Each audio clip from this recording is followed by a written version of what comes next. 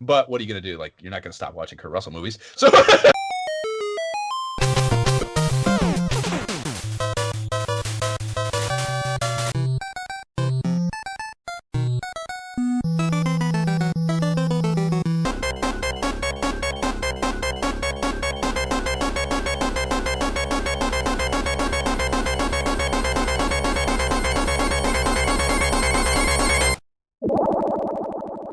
this is the Imperial Scrolls of Honor podcast. I'm Josh Folan.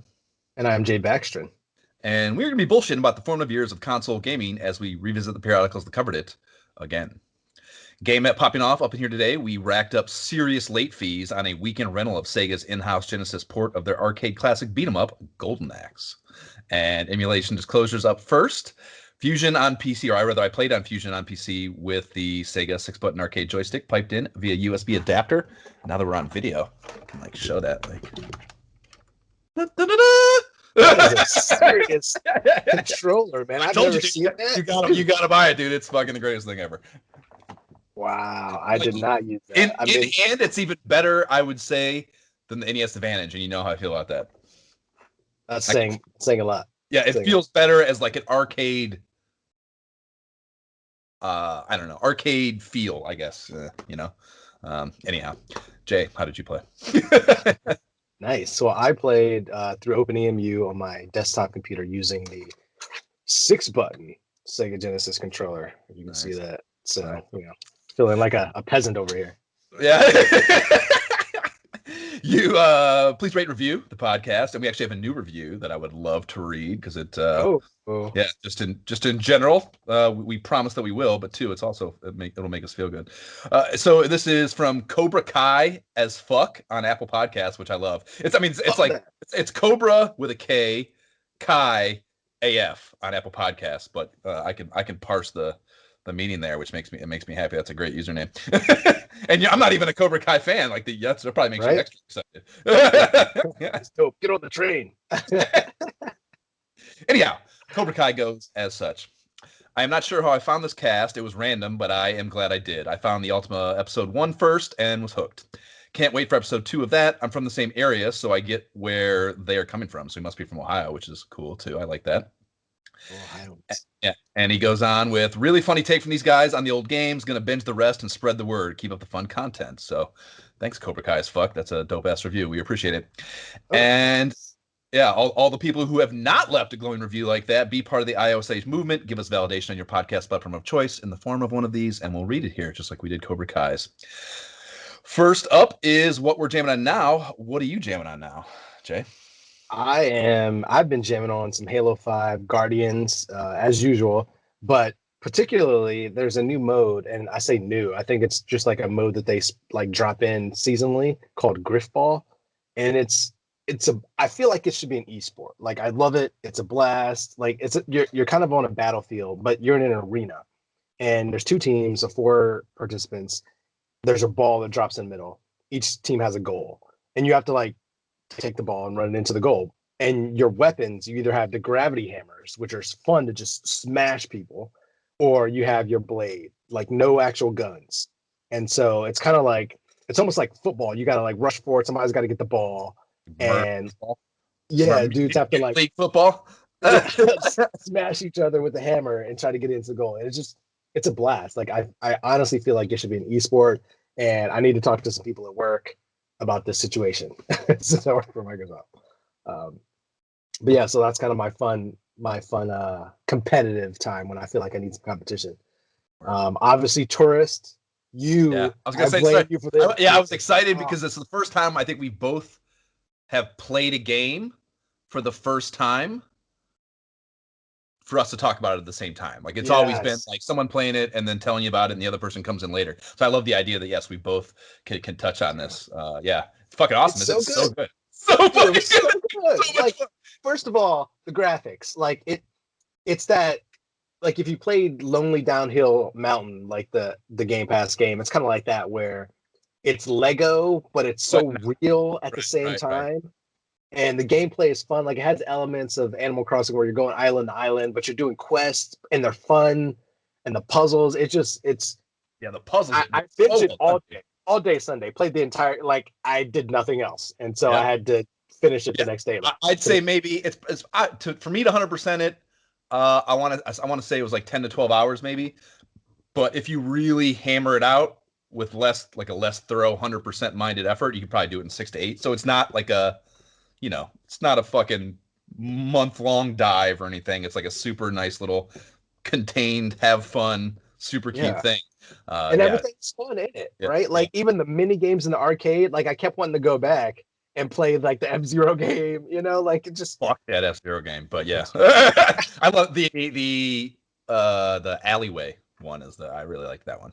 That was really cool. I loved how I don't know. I mean, I played, dude. I love that. Like I had alleyway. I'm saying alleyway because that's the Game Boy version. I had that. I played. It's Breakout is what it is. It's a Breakout clone, and there's been a million iterations of that, right? And I played it. It's the same game that I had on my BlackBerry, way back. Yeah, well, I mean, that's I mean, that was like an OG arcade game that has been ported literally a billion times. So there's been a million iterations of that type of game, and I think it's the best one I've ever played. Like, because you finish the level and you can choose which direction you go, and it's not like you basically you have two options for your next level, and they're random.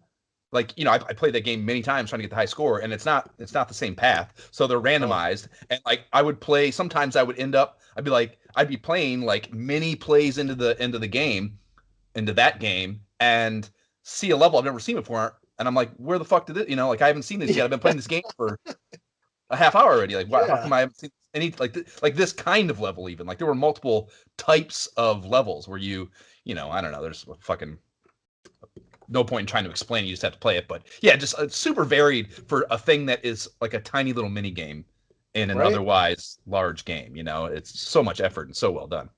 It really is several games within the game, and it's even the macro game. And like I had fun doing it all, and I like that. Even the puzzles, they're puzzles you can figure out. They're not things where you're going to spend 3 hours and then have to go look it up because you're really like angry because you can't figure it out. They're not like Legend of Zelda puzzles. You know what I mean? Like, but they're not cake either. Like that light ball one. It's one of the latter ones where you had to jump on the things and it turns the whole. Oh yeah. What I mean? In one of those temples, and like, well, all those temple puzzles, all of them had fun ones. They're like some of the water block ones took me a long time to figure out. I was like, I'm jumping. Why is it not? Why are they not connecting? Yeah, but I only had to look things up one time. Did you have to look anything up? I only looked things up one time too. Which one did you do? It wasn't even a puzzle, really, dude. Like the thing I looked up was. It was the temple where you walk in the door and there's the spout of water in the middle of the room when you first walk in, and you take a block off a shelf, set it on top of the water, and it opens the door. So they teach you how those water spouts work, right? And then you go into the next room, and there's one in the bottom left corner, and like a long runway with a huge block in the middle of it. And you got to get over to this platform over here, and the only way you can't walk there because that huge thing in the middle of the walkway. And I mean, I fucked with it forever. I tried taking the block out of the other room and turning the water off. Can't do that because you can't get into this room without that block without that spout being covered. So I basically nothing. I couldn't figure it the fuck out, dude. And I'm like, it ended up being like, it's not an understanding of the mechanics. Like, I didn't realize that I could run at an angle and then jump and control myself in air and land. I didn't know that I could do that. So that was when I saw that, I was like, fuck you, man. Like, that was the only time that I felt like I had to look something up because I just didn't understand the physics of the game. You know what I mean?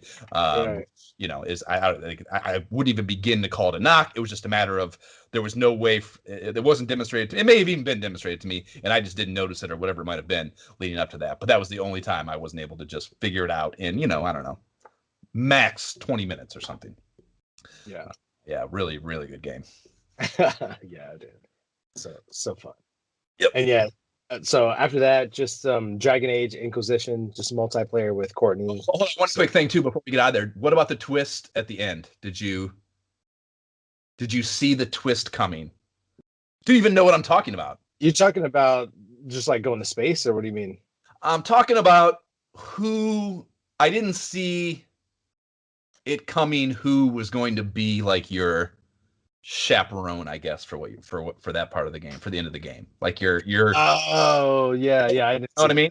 I didn't see that coming, and that was cool. That was cool to me the way, it's I don't even want to say too much more about it because that like it's just good storytelling, I guess is the easiest way to summate it. Like it's just really good storytelling.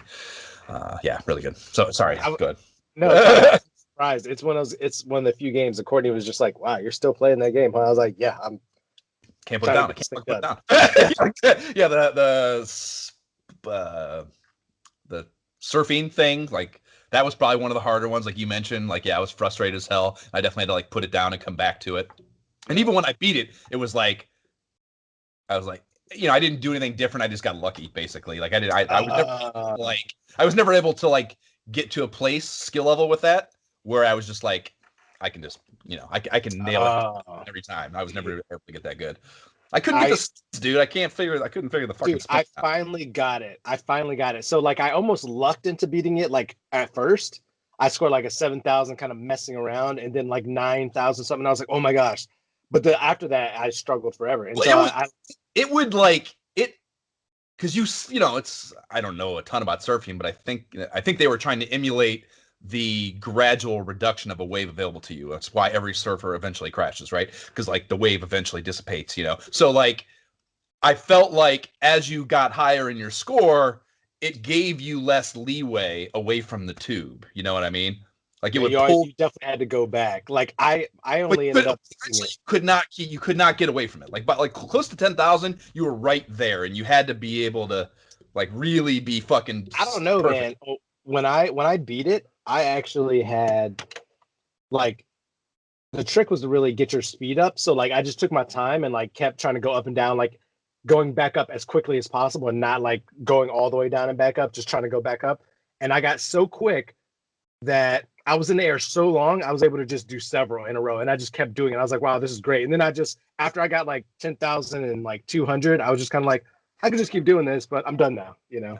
I was just like trying to cheese it basically. Like once I figured out that I was not gonna be able to beat it legitimately, I would just like go out, do a couple things, go into the tube, and get the cheese 1,000. Because the whole thing was you had to vary it. Like as long as you were not doing the same trick over and over, you would keep the multipliers. But if you tried to do the same trick, it would reduce the multipliers. So there would be less. This is to de-incentivize you to do that. So as long as I alternated between what the stupid little trick that I could do on top of the wave and then go back in the tube, which was not easy. That was the whole thing. Like going into the tube, The especially tube was like once you get once you get speed going, the tube is super hard to get back out of. So, but that was the only way I was able to fucking pull it off eventually. Anyhow, that was fun. Yeah, I felt such a sense of like satisfaction after beating that survey competition. I was like, yeah, yeah. it's done. Can't recommend the game enough. Fucking a 10, a fucking 10. Billy Bob. Oh man. There.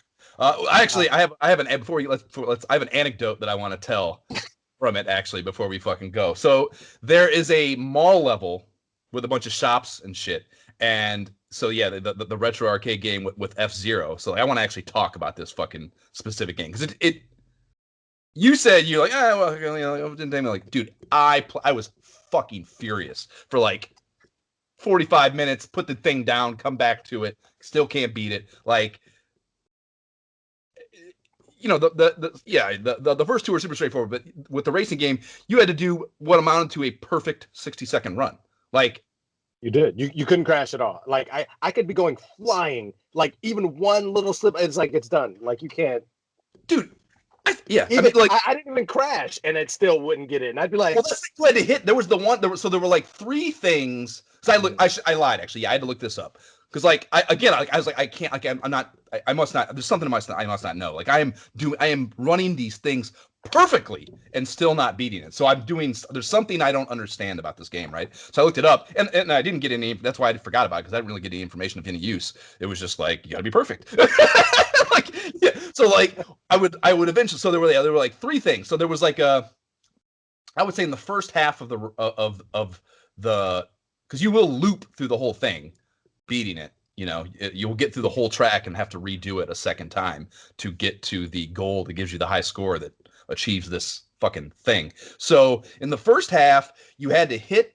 There were like three of those turbo things that you had to hit, literally in a row. Like you basically couldn't really land, and it required like jumping. You had to like think outside the box. Basically, you couldn't. You had to go over a like turn and not stay on the track essentially. And like I just couldn't even wrap my like that was the thing. Like that was why I couldn't do it, mainly because I didn't even like think of that as a possibility to try to like what is amounted to a shortcut into another turbo thing, you know what I mean? And like I don't know, I just couldn't see that as like an avenue to without it being told to me. So there was that, and then there was one where you hit the ramp or you hit a turbo thing and went over a gap, and before you would come down, you would have to turn like to the right. Do you remember this? Where you hit the thing, and if you didn't, you just fly into the fucking ocean. I got so pissed off. And then there was another one where you hit the thing, and it wasn't a gap, but it would turn immediately afterwards to the left. It was like the last. It was like the last move. Like you could be flawless, but if you didn't right off immediately, you're off the edge, and it's like, those last two were like right in succession. So like getting both right. Oh man, I just so many times I'd be like, I knew it was coming, and I would still fuck up. Like, dude. It was like, and this is kind of what I was getting at with this. Like, the thing I wanted to say about it was it was the kind of angry that modern games are not capable of generating in me. You know, I can't speak for the fucking gaming population, but like it created an anger in me that only old games can. And in that way, like the developers absolutely crushed even that aspect of it. You know what I mean? Like they created a retro game in a modern game that was capable of creating retro game anger. And to me, that like it was like after I beat it, I was just so impressed. I was like, they did such a good job with that. Like fucking just making it perfect amount of. Courtney was looking at me like, "Are you even having fun right now?" I was like, "Yes, I gotta do this, man. Like I'm focused, you know." Shut the fuck up. But yes. I just gotta keep doing it. I just gotta get this. I'm almost there. I'm like 1,000 below score. Yeah, I was what I've coined it since we played the game. Like I was Dracula in Castlevania level pissed, you know. Nice. Quality game. Yeah. Oh man. But have you played like the other game that I have really been playing? Super Mario World 3D on the Switch. Like just came out with it's combined with Bowser's Fury. Is it that master, the remastering of all the?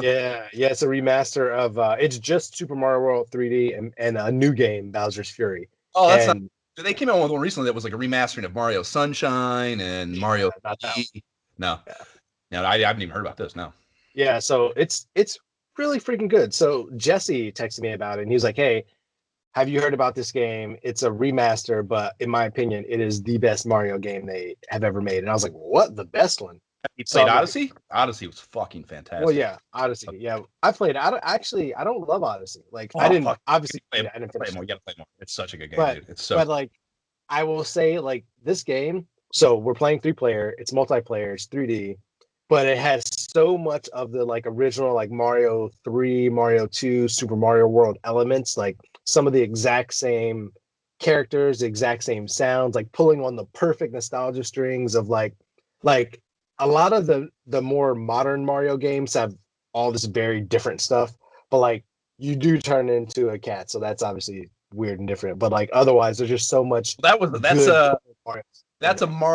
the.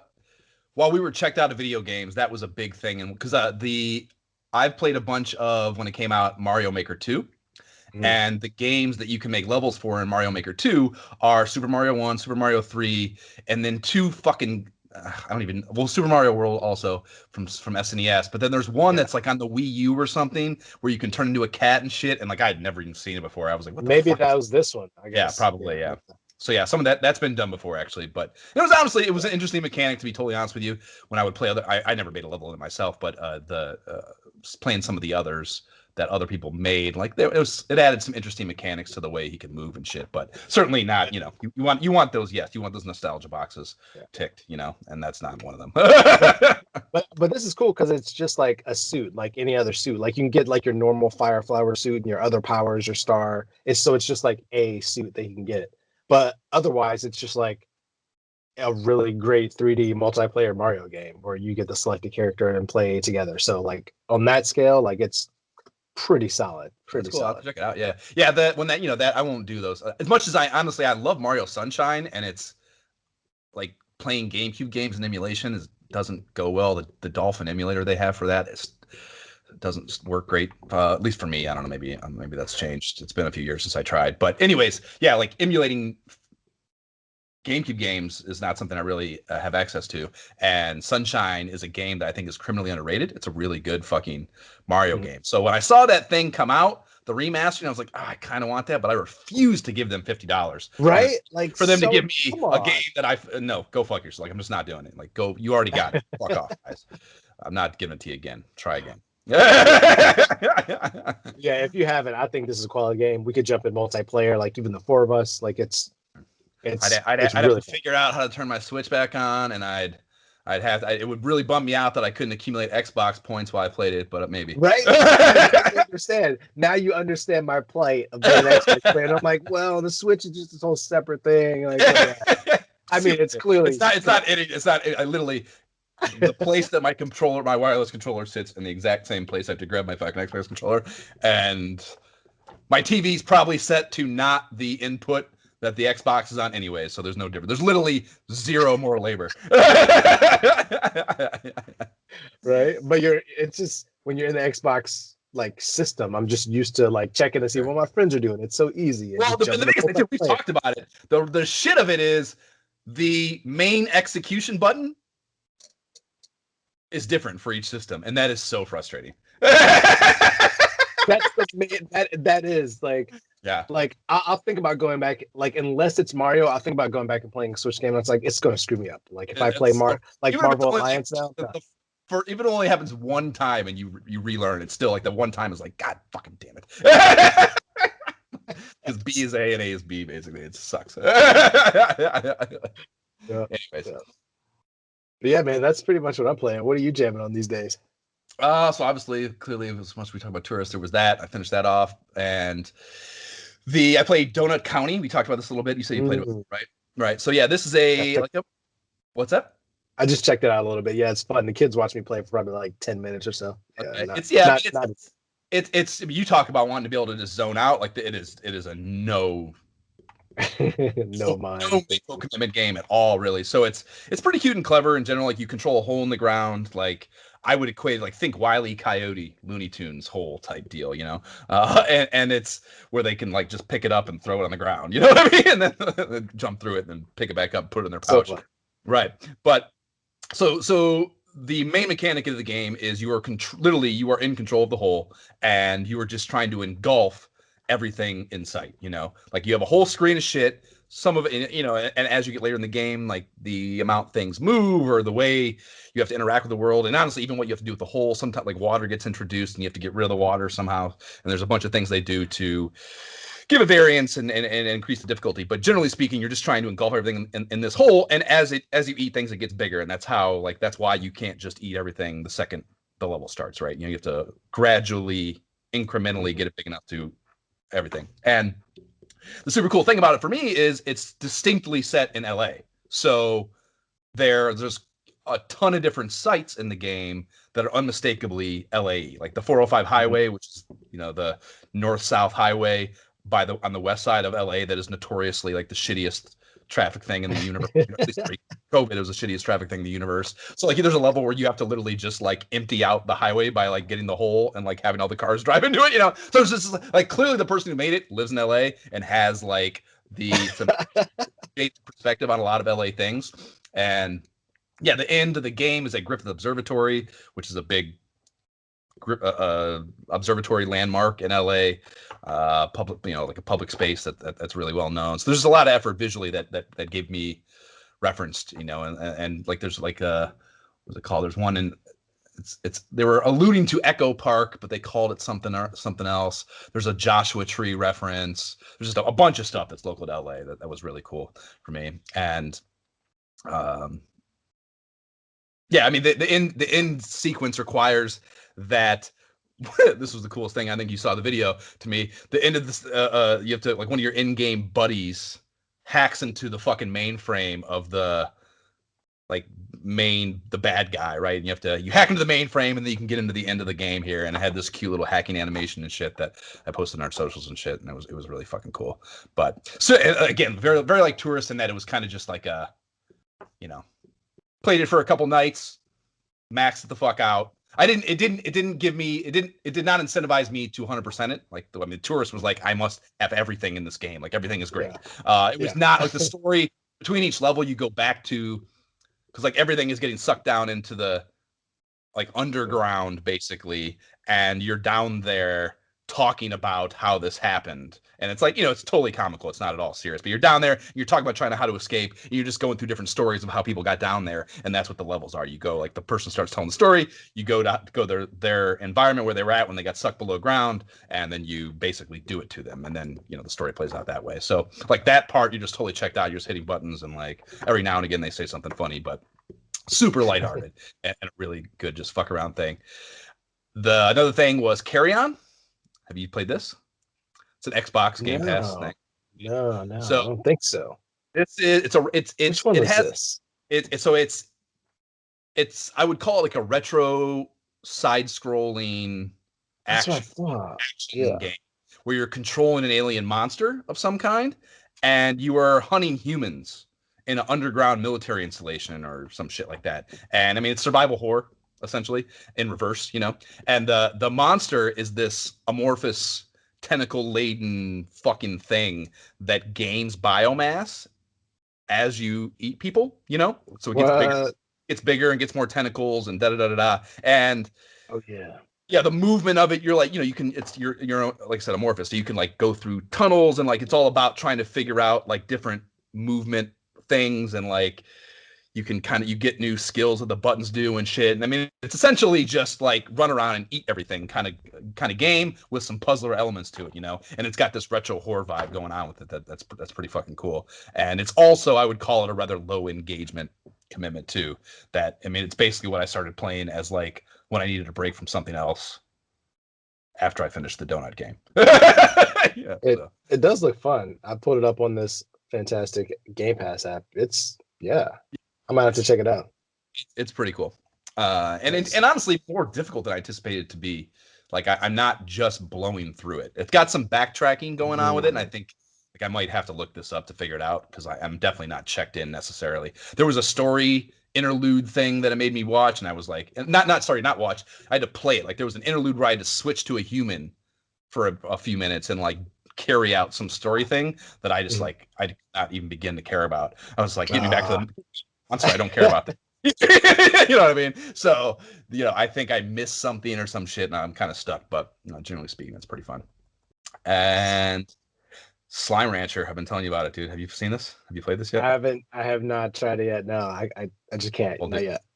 It's Harvest Moony, Animal Crossing type shit, where you are.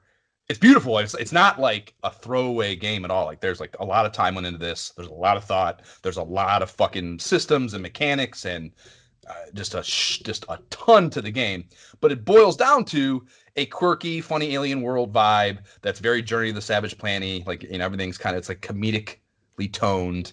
But it is a farming-minded sandbox game where you are basically running a slime farm on an alien planet, and these slimes each have their own mechanics and things they like to eat, and you build little enclosures, you put the fucking slimes in there, and then you have to go out, you have to farm the food that keeps them sustained, and then the output of the slimes, like basically what they shit out after they eat, are these things called plorts, and the plorts are worth money.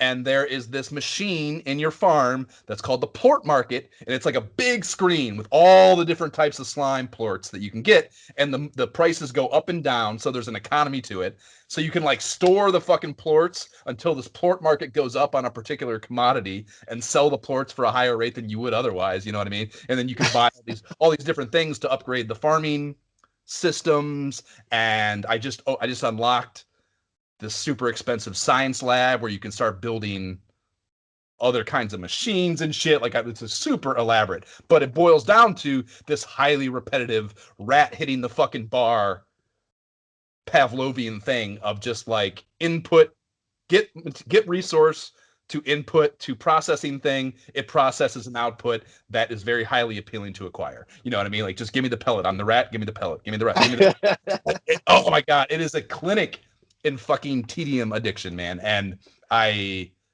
can't get enough of it. I've been playing the fuck out of it. Like, I wake up and think about like my slime farm. Which is like, I don't know. Wow, I got quite the endorsement there. Yeah, I'm not suggesting that I'm the busiest human being in the world by any length, but I definitely should not be thinking about my slime farm.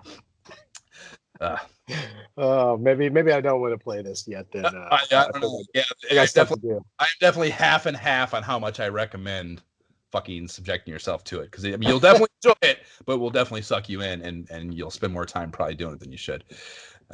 Well, if we want to get anywhere in Ultima, I can't play that yet. Right. Yeah, so that's it. I'm also playing Grim Fandango, but honestly, I don't even want to fucking talk about it. Like, it's a remastering of a computer game from like 2001 that's on Game Pass. Yeah, and it's a really fucking good story, and it won a ton of awards at the time. And I'm not saying the remastering of it is shit, but it's just it's a point and click style adventure game, and it's just so opaque and so, I don't know. I mean, like, I never got anywhere in it in 2001. I have tried to play it since. I have tried to play it since on Steam, just not too long ago. I think we noticed a remastering on there or something. Couldn't get anywhere. And I saw it on here and we started playing it, and like, we've gotten way further than I've ever gotten in the game. But there's just every puzzle, I'm like, no fucking clue. And I look it up, I'm like, fuck you! I'm like, no way anyone's ever thinking of that. And it's, dude, I'm like 30% through the game only, and like, there have been like 30 of those where I'm just like, what the fuck is the next thing? I look it up and I'm like, fuck off, no way. And then I spend another 20 minutes looking for the answer to the next puzzle. I can't figure it out. So like, it's I'm on a hard pass on that one. I'm gonna beat it because I'm a fucking masochist, but I should put it down. The Ultima side quest for further proof of that.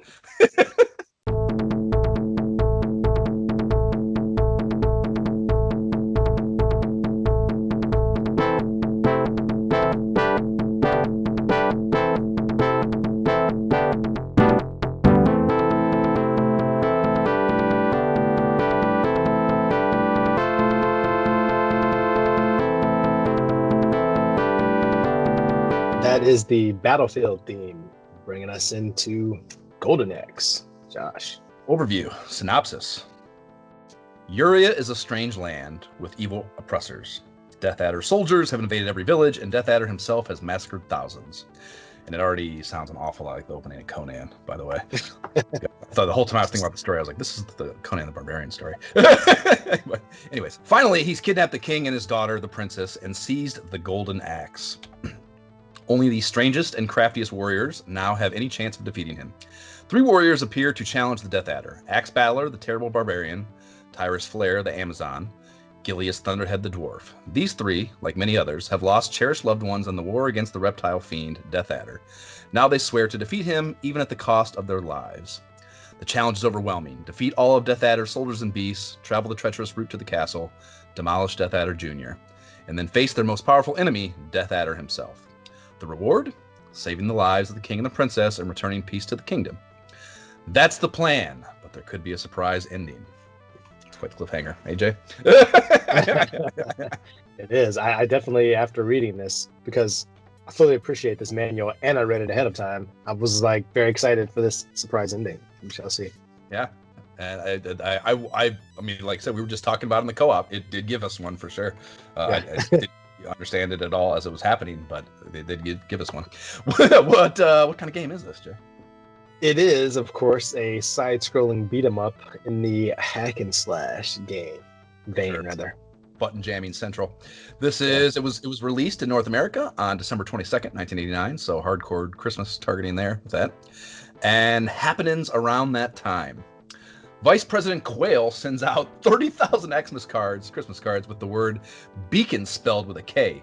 So like Beakon instead of Beacon. So like, I remember, it's funny, like my memory of like everyone, I feel like vice presidents always get shit on, they're always, I think, portrayed as like dumber somehow, or like Right. Dimwitted. I don't know why that is, but even as like a kid, I remember Dan Quayle getting a lot of shit, and I never really knew why. This is a pretty good example though, like a misspelled Christmas card, beacon, like you know, how is no one for the vice president checking that? Right? No one else catches that. I recall that too, like just that the negative perception, but I couldn't tell you. No idea why, right? Yeah. So, Another Day in Paradise, a Phil Collins crank, was number 1 on the Billboard Hot 100. National Lampoon's Christmas Vacation was number 1 at the box office, which is my second favorite Christmas movie ever, behind Bad Santa. You're one of the Bad Santa folks. Oh my God, that movie is so good. You don't like Bad Santa? No, I've watched it. There's a couple of people who think it's the greatest ever. It is so fucking funny, man. Oh my God, it is so fucking funny. What's his fucking name? I keep wanting to call him Bernie. Is it Bernie Mac? Is that right? Yeah. No. Okay, Bernie Mac. Yeah, he is so fucking good in it. John Ritter is fucking incredible. Clearly, the little guy is fucking just so fucking good with Billy Bob Thornton. They are just so fucking good, man. The scene where he comes up the escalator drunk and beats the shit out of all the things in front of the kids, I piss myself laughing every time I watch that. That is just so good. The kids are like, because the thing is, maybe part of it is that I have worked with little kids, and I know how they are just being honest, like the little kids who are good on camera they're not acting. They're just honest. And like those kids are genuinely disturbed, like the thought of the filming of that, especially knowing trivia, like he drank during that scene. He actually, he had a few drinks before he did that scene. Billy Bob, very methody, I'm sure in general. And yeah, he had some drinks before he did that. So like the actual out of camera, I think of that when I watch that scene. Like I don't think of what I'm seeing on screen. I think of the filming of it, and it just had to be so fucking funny to be like a PA and watching this. Like, oh my God, it's gonna be so good. Such a good movie. Oh man. How about history, Jay? Any good history? Funny you should mention Conan. The lead designer and the producer was very much fond of Conan and wanted something that was influenced by that. So ding ding. Yeah. Maybe a little too influenced, if you're able to pull that out though. But also like that, apparently the idea was to come up with a Double Dragon game that was not Double Dragon, because they were a rival that had also been working on the Kunio-kun series, so they wanted to like have that same feeling that you were playing a Double Dragon game, but something different. So it's like, okay, they mashed that with some Conan, with some Street Fighter influence, and there you go. Definitely worked for me. I like it a lot more than Double Dragon. That's a strong statement. Yeah. Part of it obviously is just be on the Genesis, of course. It's just leaps and bounds better, but that could be a big part of that. Yeah. The cover art is it's the classic black thatch Genesis style for these early Genesis titles, and it features our 3 brave heroes all looking absolutely stacked and ready for anything, I would say. The sex objects are wearing basically nothing, as you might imagine, and we have maybe the first cosmetic breast enhancement in recorded history on the female Amazon warrior there, I would say. Clearly augmented breast, like that is not a natural state for a woman's bosom, I don't believe, and the idea that they had that back in barbarian times is interesting. Hey, maybe she was just unusually blessed, we'll say. I don't know. There's a certain the obvious curvature is not natural. I was trying to give him credit. I don't know. Yeah. The dwarf is riding a lizard mount that looks every bit as badass as he does, which is cool. And behind them in the background is a looming close-up of what I presumed was Death Adder. The reptilian eyes and skin like lit in a very nefarious purple hue. So awesome, like 100% bedroom wall poster quality art for sure. Oh, yeah. Like if I had been on the Genesis tip yet, and this probably came with a poster review. My best guess. I should have looked that up. I bet it did. That shit would have been on my wall for sure. And the back is headlined by, includes 2 more levels than the arcade game, which is 1 less than the GamePro ProView for the game and the last MAGA said it had. So I wasn't sure which it would be. The strategy wiki says there are 6 stages in the arcade version, 8 in the home version. So it sounds like our boy Johnny Sauer with GamePro dropped the ball here. So yeah, I was wondering about that. Like in terms of the number, I was like, wait, are there 2 more or 3 more? Like I was definitely thrown off. I'm assuming the bigwigs at Sega didn't catch that when they were choosing him to run the Sega thing the Sega Visions a few months later. They didn't know that he fucked that up. Yeah.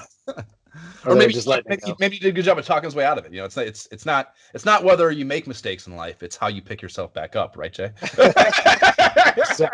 Resilience. Yeah, right. I sometimes gripe about the lack of impressive set pieces for the screenshots on the back of the box things, but they really crushed it here. I think the main attraction of the 3 screenshots is that huge. I think it's maybe level 4 or 5, the bridge with the bird. Oh yeah. You know, they have that. Level 4, yeah. Yep, as they have that as the main screenshot, and that's like a really good choice of like a large, well done piece of art. And usually it's just like a bunch of shit you can barely tell what the fuck is going on in the back of these. So they did a good job there, and their closing on the copy is also pretty good. So far, the score is Death Adder thousands, you 0. It's time to change the score. Love it. I love it. That's fucking great. So with the manual, which is in the show notes, as it always is, it's 26 pages, including full color covers, black and white innards, and the controls page points out that you can remap your buttons as you see fit in the options screen. And that is not a common offering for Genesis games. And I thought that was really cool. It's not a common offering in any game during this era. I don't think so. For sure, yeah. So it's nice. Genesis, Nintendo, whatever. Yeah, nice customization. Though I didn't, no reason. I don't know. Like, there's only 3 buttons. I have a hard time like being like, I need to change these, but whatever. I mean, fucking. Especially back then, like, if you were like a hardcore arcade person and maybe it's different in some way, and you're like, I don't know, who knows what the reason would be, but it's cool. Give people options is cool. Always cool. I could see if you wanted to move like the special button, like especially with the 6-button controller. Like, because at first I did accidentally use the special a few different times, and I was like, maybe I should like move move it out of the way, yeah, move it over to like Z. But I was like, nah, I'll just get used to it, which I obviously did. I mean, it was not that hard. You wouldn't have been able to do that. You're thinking of it in a modern context. The 6-button controller did not exist from day one on Genesis. 6 buttons, right? Just been 6 buttons came in later, so yeah, you can only move around the 3 buttons. That would have been a nice feature too, though. You could do that now if you wanted with the emulators for sure, but that's not an in-game option. The game modes are explained on page 7. There's the arcade classic mode that we played in the co-op. It's kind of just a standard run. There's this beginner, and they describe it as an easier and shorter version of the game that ends after stage 3 with a battle with Death Adder Jr. And this is more to, I was kind of like, the fact that they specifically pointed this out in hindsight, as I kind of put the fucking pieces together. And like, so yeah, Death Adder Jr. is, I think, only available as an adversary in that beginner version, so that's interesting to me. That's why I was like, Death Adder Jr., right? And you're like, no, it's not. I'm like, oh, yeah, I'm confused. And then we should have tried this actually. I'm regretting that we didn't real quickly. But there's a dual battle arena mode that lets you go up against various enemies in a game in a 12-round deathmatch kind of Mortal Kombat style, which is pretty fucking cool. I think. I think with all the technical issues, I was getting set up with a new computer. We were trying some new sound stuff. Like I wanted to do that too, and I was like, oh, we'll try that in 2-player. And I completely forgot about it. Like. Me too. Yeah. Yep. And you can also go head to head with another human opponent in 2 players too. On top of that, so that's pretty fucking cool. Much like I praised playability. Yeah, exactly. Yeah, much like I praised, even though he was forced to do it, Dan's Double Dragon rendition for NES had that like battle arena mode, and like that's like, yeah, I mean the amount of replayability that gives a game like this is just fucking infinite. So very cool. Page 11.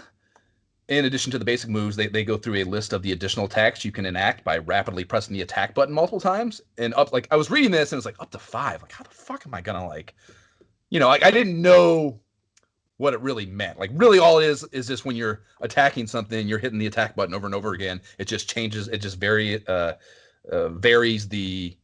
what you're doing to them. I thought this was like you hit the button 5 times to do one move thing, and I was like, how am I gonna quickly hit a button 5 times in the middle of a fucking beat 'em up, So I didn't understand what that really meant. So I was going into this thinking like, god damn, that's a crazy amount of options available to you as far as like special moves go with 3 buttons, but how the fuck am I ever gonna hit that button that fast? But it's not. I feel like it worked out because I would always think to myself 3 times and I'm picking this dude up and tossing him. I was never able to reliably map it in my mind either, but I'm just, like I said, just hit the button. Like, we used it a little bit more in the co-op, but the picking up, I doing that reliably, I had no idea how to do that reliably. Like, to pick someone up, you had to like give it a pause, right? You had to stop hitting them and then do it. See, like, yeah, I mean, it was like 1, 2, 3, and just like a pause and then grab. Yeah, I guess it's funny since I'm the one that never reads the instruction manual, and like I read it and I was reliably like, yeah, this is awesome. Like, I'm perfectly tossing these people off the side. Like, yeah. It was good. Didn't process it as well, I guess. Pages 12 and 13 explain the little elves that run around with the rucksacks slung over their shoulders, which act to like kind of like the conduit to the pickups in the game, basically. And it's explained that you need to nudge them to get them to drop shit from the stacks, or the sacks rather. And they tack on in a parenthetical that sometimes it takes a strong nudge, And I don't know, like in my mind, I was like, I'm just whacking these things with my weapon. Like, I didn't realize later, like later playing the game, I would notice that like they're just like. Gilius hits him with his knee. I think when I was using Axe Battler, he would actually kick them. So they're not actually hitting them with the weapons, but I was thinking in my mind, like having played this game previously, I was like, you're just hitting them with the thing. Like, what do they mean nudge? Like, you're trying to just like I'll poke them with the sword. What do you mean? Like, yeah. It's like, I liked the terminology there. Page 14 touches on the Bazarians, which is the moniker for the mounts you can score in the game by knock whoever's riding them off the back. And the first one, it's worth mentioning, is it's 100% an oversized replica of the chicken stingers from Altered Beast, which is, I think, a super fun, just, I don't know, nod to the Sega game universe or something. I thought it was cool that they reuse that. Like, a lot of times, like, reuse of assets, you're gonna be like, would be a criticism, but because that's such a wacky one, like, it becomes cool, And I'm still calling it the chicken stinger. Like, regardless of what they said here, I was still calling it the chicken stinger. What do they call it? I can't remember what they call it now offhand. Or wait, what, did I write it down? I did not, but yeah, it's something. It's not, it's chicken something. Something. Yeah, I like it though. The page 15 has the continue feature situation, and you get 3 per player before final game over. So that's how that works. And pages 16 through 18, they go through the various levels one by one, terming them each battle scenes, which to me was a nice creative touch as opposed to just a stage. So. Yeah. It was cool. Survival skills is the heading on what amounts to the helpful tip section, and nothing here really jumped out to me. It was all just kind of common knowledge shit for beat 'em ups, so whatever with that. And they close out with 3 full pages of scorekeeping tables, and I fucking love those.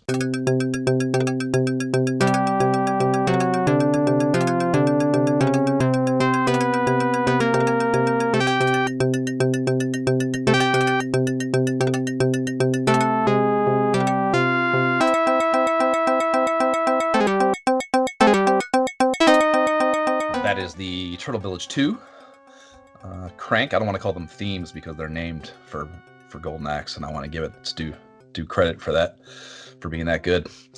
So the first thing we want to start with is the title screen, and that starts with a drawing of the outline of the Sega logo, then fills in with the blue once complete, and that's a small, stupid thing, but it is a hint of extra effort that is worth praising in my book, and I think foreshadowing for the amount of effort that goes into the presentation of this game throughout. So even that stood out to me. But the battle theme rips in as the title screen comes up with the title treatment. And as we mentioned in the last episode, it feels so much like the arcade cabinet title screen, like it's all it's missing is the insert coin instead of the 1 or 2 player start line they have here. It's a little disappointing that Golden Axe is like kind of that blocky red font instead of the cool shit used on the box art. Like, I don't know why they made that. I'm sure it was like a palette limitation or something, but that would be the only thing I would say really criticism-wise about this aspect, or the title screen rather. And the demo rips in after a few, and it's pretty fucking dope. And it takes us through each of the 3 characters one by one. And this is actually why I didn't, like, it's funny that I chose the character with the least magic capability or variance, or however you want to describe that, because watching the demo is how I saw any of Axe or Tyrus's magic. I thought that was just their magic, so like, and they obviously, that's kind of the whole process of the demo. Like, the action starts with this really cool cinematic transition, and then it shows the hero fucking around in the stage, like doing their basic moves and stuff, and then they drop their magical attack, and then it cuts to a really cool piece of full screen artwork that looks, and I would say it looks like it's etched on a cave wall. It's like gray, with like a slightly darker thing for the drawing, and it has their name, their job title, I guess you would call it. Like it says like barbarian. And then how and it also says how Death Adder wronged them, So like Axe Battler, the barbarian, his mother was killed by Death Adder. Tyrus Flare, the Amazon, her father and mother were killed by Death Adder. And then Gilius Thunderhead, the dwarf, his brother was killed by Death Adder. So I just thought that was like, I don't know, a funny stat. Like that they essentially boiled it down to a statistic, and that amused me because dude, it's brutal. I was just reading like, damn, everybody like this Death Adder, like he's got it coming. Like James Earl Jones and Conan, man, fuck that guy. He's a dickhead. Yeah, my warped sense of humor got a real kick out of who got slaughtered in their lives as being a part of the character intro. So when you hit start, you are presented with the game type menu, and you have the arcade, beginner, and the dual options there. And in the bottom right-hand corner, it reads credits for, and I saw them using the verbiage credits when talking about continues in the manual, but I didn't expect them to go to the links of putting it in the screen the same way the arcade cabinet would if you dropped the 3/4 in before playing. You know what I mean? I fucking love that. Just a little touch. Again, just so many little things like that. We're just like, warmed my little fucking retro heart. I feel like they purposely want to like tie your feeling to the arcade game. It's like, yes, this is like arcade quality in your house. Here it is, 100%. Yep. No question. So you pick arcade and you proceed to one of the coolest character selection screens in video game history, I would say. So it's this big creepy ass skeleton with he has both his hands out, palms up like that. And in his right hand are the 3 characters, and you can kind of carousel through them in his hand to select which character. And the left hand has the same for the second player when playing player 2, and that's fucking awesome. So, and then up top too, it says like with dripping blood from it, it says select player, and it's just generally fucking awesome looking. So, I chose the dwarf. What did you go with? I chose Tiris. So I chose the Amazonian woman who I apparently fought in like what appeared to be like a red and gray bikini the whole time, but she was kick-ass. So you don't need clothes. This is medieval fantasy times. We don't need clothes. We're merely fulfilling fantasies here, mostly men's. So in particular with women characters, we won't need clothes. The controls HUD situation. So A is your magic attack. In the case of GT, he throws the potion up in the air, and then all enemy sprites freeze, and a big blue lightning bolt comes crashing down onto him, and then like waves of electrical energy start emanating from him across the ground in all directions. And this knocks down and does damage to everything on the screen, as one might imagine. And I thought, I went through and kind of just from the demo wrote down here, fucking what Axe Battler, he has a little atomic blast, mushroom clouds all over the screen. And then Tyrus Flare's demo, a spiral of flames comes up out of the potion, and then all these flying firebirds appear and drop flames on the ground around her on the enemies. So I had no idea that this changed. Man. Some of the characters. So tell us about what Tyruses are, and we'll just assume that Axe Battlers are that. Dude, it was so exciting because, you're right. Whenever her magic pots are not to its maximum fill, it's just like a lava spout out the middle of the ground, and then like these fire flame bird things just kind of burn everything on the screen.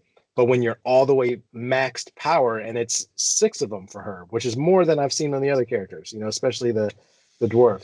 But when you fill all 6 of them, instead a giant dragon head comes in from the top of the screen and just burns everything on the screen, and pretty much everything that's not a boss dies. We didn't see it. No, because you're the. So I haven't seen that. Is it the same thing? I'm assuming we didn't see it in our co-op battle with the final boss. Funny enough, but it's Deathbringers. Yeah, it's like the same as it's the same thing. Okay, that's what, I was going to ask if it was the same thing. Because when he used it, I was like, did he just? Because when I played my solo, because I did. Is he mirroring me? Is that how this works? Yeah. He brought that shit out of me a number of times, so no, it's not just her. It's funny. It's funny we're talking about that. So I'm fucking around here in between while we're waiting for you to come back, and we got a comment here from a John Beecham on the Facebook page, and he specifically calls out that being one of his favorite things. The Amazon dragon head. It looks it looks so when it first happened against Deathbringer, I was like, what the fuck? Because imagine how I felt bringing it. Yeah, right. Because I was never maxed power like the rest of the game because I would just drop it when I had it, just to make it through. And so knowing I was in the last battle, I was like, conserve mine. I always just like I always fucking do. I always held on to it. So it was like extra exciting because I was just like, oh, it was amazing. I would finish those mini boss battles and get to the camp, like the first 3 levels, and get to the campground thing and have the elves run around. I'm like, I'm already fucking full. Why didn't I know this is gonna happen? Why am I not using them? Drop it just recklessly. Sometimes, like to my detriment. Like, I wish I had it filled up right now. But yeah. So that's the A button. The B is your base melee attack, and then C jumps, and you can run with a double tap, and you hold the direction you'd like to go. And honestly, I never really got this to work reliably for me. You were using that running attack a lot more because you can hit the melee attack button while running, and they'll do this shoulder thing. Or does the Amazon use their shoulder too, or no? Yeah, I think it's a shoulder as well, and I use that just constantly. No, I take that back. Hers is a jump kick. Hers is a running jump kick. Okay. And I was concerned at first because it was a kick that it wasn't as powerful as the sword, but I just kept using it. Really. Yeah, I was impressed with how you were so reliably deploying it. I would not even like the running. Like I don't think I ever ran once. Wow. And got what I wanted to happen have happen. Like, I just could not reliably get it to work for me. So you can of course jump attack as well, and that would become a big part of my approach to this game. So you can do a jump straight up in the air and just do a chop down attack, or you can do a running attack too, like jumping through the air like with momentum attack. So 2 options there. The engagement mechanics are pretty like really cool. We were just talking about how you can whack them a few times and then pick them up, or you can I was never able to tell. Could you like double dragon? Could you hit other enemies with the bodies of characters you were throwing? Because again, I didn't do that either. I kept hoping that would happen, but it never did. Because mostly because they would run out of the way. Like, right. You know what I mean? I could hit them both if I was jump kicking or something, but I would try to throw them, and they move so quick that I could never hit anybody, unfortunately. Right. So yeah, and even within the confines of just I talked about how you just hit the button a bunch of times. If you're just like mano with one character, you're just hitting that melee button, and like even within that, it changes up. And like I loved how I think it was after 2, the third one, 3 and 4 with the dwarf would be using the butt of the axe. So it was just a good job of like keeping it from feeling. These games already have bitched about 1 million times. It just feels so repetitive so much of the time. So like anything you can do, no matter how minute, to just give it a different feel as you go through this game, through these repetitions is huge for me. So that was pretty cool. I would say just generally speaking, the controls are what you would want them to be. You're like, you occasionally would take damage simply because of a lack of ability to generate attacks quick enough, or get the fuck out of the way as fast as you might like. But I would never say I felt like it was just utter bullshit or bad controls or anything in that realm. So, not at all. It was good stuff. I thought the controls were really responsive, and the enemies were very smart, and especially the higher level ones, much more agile. So you definitely had to keep your wits about you. So it was good that they weren't just kind of like, I'm smashing through every enemy and there's no challenge. There's definitely challenge there. Yeah, as we found out. Yeah, those skeletons with that running thing with their shield, like, fuck, man, cannot avoid that with any hope. Honestly, the running thing, period. Even the grunts when they would do their running shoulder thing, like I could not get my guy out of the way fast enough. I know it's trying to like get mine going at him. Like, all right, I'm gonna win this. Let's go. Maybe that was the thing. I didn't trust my run enough to battle back with that. I should have. But yeah, I could always even when I got pissed off, I would be able to talk my way back from the anger ledge, like based on some sort of this is why that makes sense. So that's good. And as far as HUD material goes, you get the stage indicator and the magic meter up top, and that was I didn't really clock it until we were playing the co-op. I didn't even look at the demos here. I didn't realize that they were different for each character. So like in the case of the dwarf, he's got 3 tiers on his magic meter, and as you get potions, the meter fills up, and with potion icons, and his is divided. So like tier 1 is just 1 potion, tier 2 is potions 2 and 3, and then tier 3 is the 4th potion. So again, I just assumed that would be the case for all the characters. Not the case. each character has their own total amount, which I assume lends itself to how varied the attacks are as the meter builds. And then, yes, each, like, I'm looking at the Axe Battler here, has 4 tiers. The first 2 potions are tier 1. The second 2 potions are tier 2. And then tiers 3 and 4 are only 1 potion each, And then Amazon's is 6, or Tyrus is 6, right? Yeah, she has 6. And I think even the first one is like 4 or something. Like it's several to fill out like the first one. But then like the other ones are just 1. So there's a lot of range with her magic apparently. Yeah. So those are up top, and your life meter and remaining lives are down below. I was a little sad inside that they didn't say battle scene instead of stage on screen there, which I understand. Yeah, give me some consistency. Come on. Yeah, it's probably just a matter of fucking characters display capability there, because that's obviously way more characters, but kind of a waste maybe of in-game bandwidth, but nonetheless. I thought it notable that there is no score anywhere, which is seemingly a very interesting thing to omit from an arcade port in this era, Like, that's surprising. And to even have a score at the end, but like you can't along the way. Like, how do you know? We didn't know that. Yeah, I had no idea that was going to be the case. And like, I assumed this was like a port omission. Because I was like, in my mind, there was no chance in hell that the arcade version didn't have. It had to, right? It did not, though. I went through and watched videos. There's no score on the arcade version either, so it's the same thing. I'm sure it also gives you a thing at the end in the arcade version as well. But yeah, I was just super shocked that an arcade port did not. But at the same time, I like it though. I like it that it's scores are meaningless. Like, fuck. Yeah, it's like, who cares? You don't get a score until you win. Right. Like, then you'll get a score. Which is super fucking cool and great, but just so different than this kind of game at this time. Like, that is not, all these games have scores, even though they're relatively meaningless. So that's kind of the getting your feet wet here. Battle Scene 1 is called Into the Woods, and you get like a little bit of a story fucking deal going on here at the beginning. In my case, Gilius Thunderhead walks out from screen left. He stops and begins delivering exposition to no one in particular. He says out loud, "Death Adder invaded the castle and has taken the king and princess prisoners. My good friend Alex was also killed in the battle. To defeat them is a must, and bringing peace to the land is my duty." And is Alex a different dude? Like, I thought it was his brother who was killed by Death Adder. It said in the thing, remember? So he says his good friend here, right? So I mentioned his brother's a good friend. Maybe that possibly. I thought that sure, like maybe, and so I mentioned how I went and watched the arcade vids to figure out the score thing, right? So in doing that, I happened to watch a dwarf version. So I saw the opening of the game for the dwarf in the arcade version, and this Alex character stumbles out at the beginning in the arcade version. He like stumbles out from screen right, and he's like all bloody and he's moving slowly, and then a baddie runs up behind him and kills him, like whacks him a couple times and kills him. And then Gilius and Alex have a stock movie dying conversation on screen there, where the info that he just says out loud in the Genesis version is exchanged. And one is obviously a better method of storytelling, and I'm sure it was just a hardware limitation as to why they omitted him. But in watching that, this Alex character looked human, not dwarf.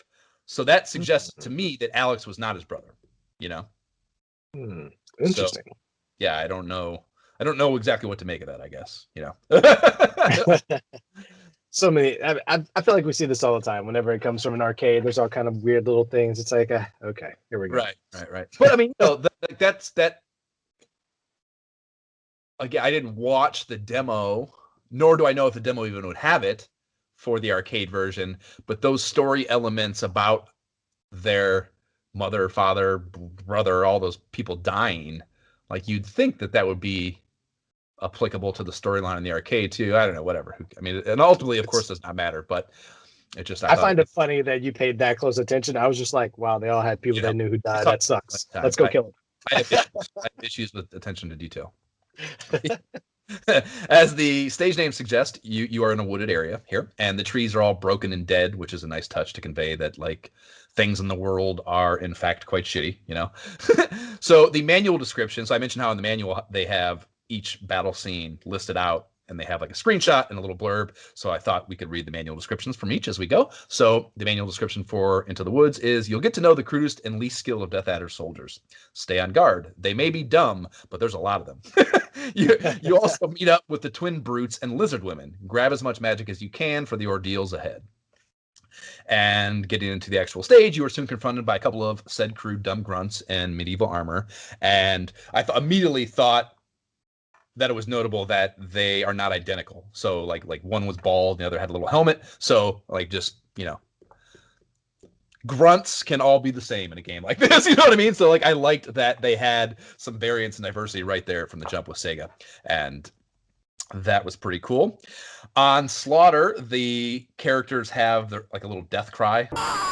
And I love that. Of course, if you dawdle after whacking the guys assigned to the screen you're on, like a large golden sword with the word go beneath it flashes on the top right, like to incentivize you to get the fucking lead out of your ass and get moving. And that was like another arcade game holdover that doesn't always make it to the home version that I liked that they kept. It was pretty cool. And and honestly, I didn't even think about it, but that's in arcade games because the next kid needs to put their quarter in the machine. It's like that's why that's there. So it's just like a hark to the arcade ecosystem. Keep it moving. It did not take me long to learn. Yes, this is like in the first stage I picked this up, where at least with Gilius, and like I said, I can't speak to other characters after playing Axe Battler. I don't think his was effective, so I probably wouldn't have played this way if I was Axe Battler. But that jump straight up in the air and whack down thing, especially with the turbo button on, because if you did that with the turbo button on, you could get like 3 or 4. It would basically be the true advantage of it was that with the turbo button on in particular, you basically made yourself not invincible. If you could get hit from the back and you could still take damage or get whacked sometimes if you get caught right. But like basically because he was always attacking while doing that, you're always like, that was the thing we talked about, how there's like the sometimes you just wouldn't attack fast enough to get through battles in the ideal way, and that would make it, because it was it would knock him down in one hit. It would get you out of engagement. Even if you were getting attacked by 2 things, it would get you out of engagement with the front one and get you ready to spar with the second one. So I used that a fucking ton this game to play the game. You had such an advantage. I never even had that. Yeah, that's another reason you gotta get that stick, dude. The turbo buttons are hot. It even has the little slider that lets you change, just like the Advantage has the dials that lets you change the rapidity of the turbo. So not every game. I think we talked about it for Mega Man at length, Mega Man 2, when we did that. Like if you turn turbo on max on the NES Advantage for Mega Man 2, it fucks up. There's, for some reason or another, the way the fucking algorithm works in the game, it doesn't make him shoot the fastest. You got to like tweak it to somewhere in the middle to make him, based on how fast the game lets him fire in general, to match the speed of it, So it's not always the case. So having that as an option is super clutch too for turbo, on top of just a switch that turns it on or off, So nice. We're playing 2 different games. I'm like dashing and shouldering people. You like turbo slash people. Right, yeah. So you get 2 groups of grunts, and then you get your first meeting with the little elves underfoot, as they're described in the manual. And these cats, have bags slung over the shoulders. And if you nudge, i.e. whack the shit out of them, they will toss out magic potion pickups, at least the blue ones. And you later meet green ones that throw out the mutton chop things, that fucking give you only 1 life, unfortunately, instead of maxing you. But so yeah, you only get 2 of them at least in this one out of the guys, and then they scurry off after you take those from them. And this, like, doing this is like, I had no idea how the magic system worked until that happened. And like, I realized the fucking potions like changed the meter and da-da-da-da. So yeah, that is not an immediately intuitive thing. Or at least it wasn't for me. I like that you don't have to walk around like picking up a lot of stuff. That's kind of really your only pickup. Yeah, agreed. And it's almost like an interlude. Like it's, I guess sometimes maybe they would come on the screen, but most that's true. Yeah, there's definitely a point where like they annoyingly come when you're still fighting. That one part in the bridge. It's like, I can't. You're in the way. Move out of the way. I'm trying to fight these dudes. For sure. So the third enemy group has a lizard woman riding on your first Bizarrian mount opportunity, and it is one of the purple and yellow striped chicken stinger deals. And you have to knock the rider off, but once like you do that, and then you have to walk over to it, and like I thought it was had a button you hit, but like I said, I tried to not get it that one time we were co-oping, and I got it anyway. So I think maybe you just walk over top of it, and each of these have their own unique attack set, and the chicken stingers have a tail attack that they swing around with, and like usually I think in most cases it'll knock them down in one hit, but in my experience, it limited your mobility tremendously, and particularly how useful like with the turbo element added into it. Like I could not attack nearly as effectively with one of those as I could with just doing my standalone Gilius Thunderhead patented jump move. So I was, after a few instances of these in the game, I was doing my best to avoid them. I would use the dragons. I would use them, but not the chicken stingers and the other thing. Like if it's a dragon, I'm jumping on that because I can just drop a flame and fireball and nobody is knocking me off of that generally. But yeah, the chicken things is like, it's just weird. Like it's fun to jump on, but there's too much room for error and for you getting knocked off. And the real shit, you had no jump attack at all with them. Yeah, you're just the tail. It's right. I feel like it just opens you up to attack. Exactly. And yeah, you mentioned it, but you can absolutely get knocked off these babies, and then the enemies will try to reclaim them. You know what I mean? So you can get knocked off, and they can take them back. I would use it, like I mentioned when we were co-oping. I would use that as an advantage because the enemies kind of like mono focus on getting those things, so they will try to do that. And when you're getting onto them, you or them, it leaves you're like not. You can't attack or anything for a second, so it opens you up to attack. So I would just wait for them to try to grab the fucking thing and just whack them off. And yeah, if you get knocked out, like even if you want them and you get knocked off them a few times, the thing will scurry off screen and you lose it. So even if you really want them, you can lose them. And the lizard women also have their own unique death cry. And a little further down the road, past a stone platform, you can there's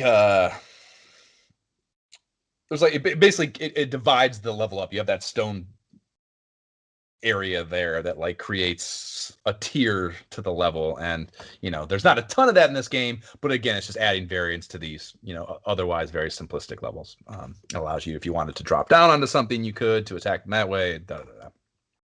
So you get past that little area and you get another 2-elf opportunity, and then the sky turns an ominous orange color as you encounter the first boss battle. And the manual are described as twin brutes. You later learn that's not the case, I guess, depending on who you want to listen to. But there are these two big, tall dudes, and they're bald, and they have what I would call very suspect costumes, and thick Fu Manchu mustaches, and they are wielding war hammers. And Googling how to spell Fu Manchu, I realized I had no idea where the hell that moniker comes from. Do you know what that's about?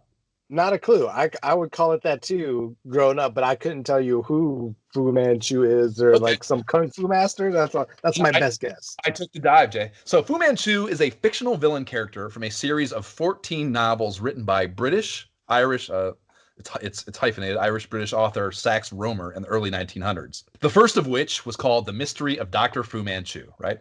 Okay. Now listen to this crazy-ass shit. So according to his own account, Sax Rohmer decided to start the Dr. Fu Manchu series after his Ouija board spelled out Chinaman when he asked it what would make his fortune. So first of all, Sax has a Ouija board. And second of all, Ouija boards existed in the early 1900s. Now, wouldn't assume that. And second, him and whoever the fuck his Ouija board partners are spelled Chinaman on their fucking board after asking that question, which is psychotic. So he's like, let me write a story about a Chinaman? Like, right, what is this? I guess that perspective on it requires that you carry my belief set about the validity of Ouija board things. If you believe differently about Ouija board. I mean, we're talking about him. So I don't know, whatever. So, that, of course, that set me down even a little further. So, according to All Knowing Wiki, during this time period, the notion of the yellow peril was spreading in North American society, right? Which, amounts to a racist agenda that proposed Asians were an existential danger to Western civilization on the whole, right? So this character was created as like a personification of that Really racism movement, if you want, for lack of a better fucking term, you know. So yeah, looking at the various depictions of the character, it reminds me a great deal of cocaine creativity fueled 80s action flick Big Trouble in Little China, starring the regal Kurt Russell, which, you know, is likely every bit as racist as the books we're talking about. But what are you gonna do? Like, you're not gonna stop watching Kurt Russell movies. So like, that fucking movie is fantastic. But yeah, like those like some of the bad, like the electricity guys in that is kind of what this character looks like. And obviously they have, you know, those mustaches. So that's where that came from, and that was a crazy tangent. So the twin brutes and their Fu Manchus, they guard a sign pointing out like Turtle Village is up ahead. So that's kind of like they're the guards of the village, I guess. And they will watch. I thought it interesting. They'll watch in supervisory fashion until you take out their grunt accompaniments, and right? then they, you know, unless you can, we did in the co-op, you can attack them and bring them into the battle. But honestly, it does not behoove you to do that, because you want to kill like we did for the final battle. You want to kill the grunts first and then deal with the boss. So it's nice, I guess, that they give you that choice. You know, they're just kind of hang out watching you fight their grunts, just like laughing. Exactly, right. Yeah, and then so as far as like the way they approach fighting, they as any pairing of something will do it again like this. They try to surround you, and then they use that running shoulder attack a ton, you know, and that will wall up the shit out of you, of course. And then they have the hammer thing too. If you get into a toe-to-toe blow exchange, they'll hit you with the big war hammer they have. So one of their bodyguards has another chicken stinger Bizarrian, and I actually had a trouble with these guys because I was trying to use that Bizarrian when I was first battling. Oh, really? Once they knocked me off that and that fucker ran away, they were pretty easy to make quick work of. It's funny because I actually did use a chicken stinger when I ran through this, like on the official playthrough. I jumped on there a couple lashes and they were actually toast with that thing. So I was like, oh, all right, it worked out here. They're on each side of you, and it's fucking, yeah. However, you topple the fiends. After they die, we cut to GT, in my case, lounging by a lit campfire in front of the Turtle Village sign, and a couple of magic potions are sitting next to him. And this would happen, I guess, for the first 4 or 5 levels, I think it was. Basically until you go into the palace. And so, yeah, one of the elves runs out from screen left, and he steals the potions that are sitting by you. And then, like, GT springs into action and then you nudge the fucking elf to get those back, and then you can get 2 more out of him as well. And it's like, yeah, it's just like a cute little mini game they give you in between each level. And I liked how it always happened. Like, he makes camp right where he beats the boss. So like a few times he would basically make camp and lay down right where I killed the guy. And I just thought it was so cool, and such a power move, I guess, you know, that he would build camp right where he just whacks the guy, you know, or whacks the boss. Is pretty fun. So you experience your little mini game there, and then you cut to a well-illustrated quest map on parchment, and a feather quill comes down and draws a red arrow depicting your progress through this overworld map. And that, to me, is just I love fucking in-game maps. I say that for every time we have one, and this was a really good execution of that to demonstrate your progress, help you understand where you are in the world, what's coming up next, yada, yada, yada. And that's really cool. And they not only do they have that visual, but they pair some copy that writes out next to the map to, again, help with storytelling. And it was just so many instances. I think you missed your calling as a cartographer, like a map maker. Like, oh yeah, I did, yeah, but especially those old. I wish I had the artistic capability. I can't draw for shit. Like, yes, on graph paper I can do, like, because there's lines. Like, I can do something that's that detail oriented where it doesn't require. Like, second I get to, if I don't have a guide, I am just fucked, man. I cannot do anything artistic with my hands. So can't play music, can't draw, can't do shit, which is a bummer. But anyways, yeah, so you get some copy here, and in this case, it reads, "Our sworn enemy Death Adder is in his castle. We'll take a shortcut through the Turtle Village." So, you know, just like a little blurb to let you know what's coming up next and where you're at in the story. And that's cool attention to detail that fucking beat 'em up in particular, you're just not always getting. So Great. And then we are on to Battle Scene 2, Turtle Village. And the manual description is Death Adder's army awaits you in the village. They're ready for a fight. They've already scared away all the children. The same kinds of soldiers appear as in stage 1, but with a different color armor. I don't know. And that's a perfect example of like how the end credits, like, it's a weird breaking of the fourth wall almost. First of all, they use the word stage. I hate that instead of battle scene. But then they say, but different colored armor. And it's just like, it calls attention to it's just a video game with a handful of sprites. I didn't care for. They're stronger and meaner than the soldiers in the woods. Ride a Bazarian to victory. I do like they give you a call to action at the end.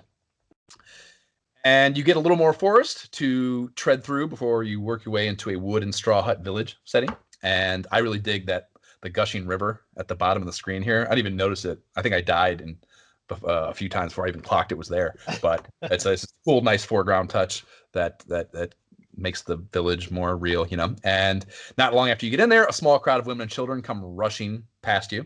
And, well, I thought they were children. I guess they're looking at the end credits. Maybe they're not children. That's just the men because they're super small. Yeah, they were children too with the 3 foot. But right. Yeah, I guess they're not.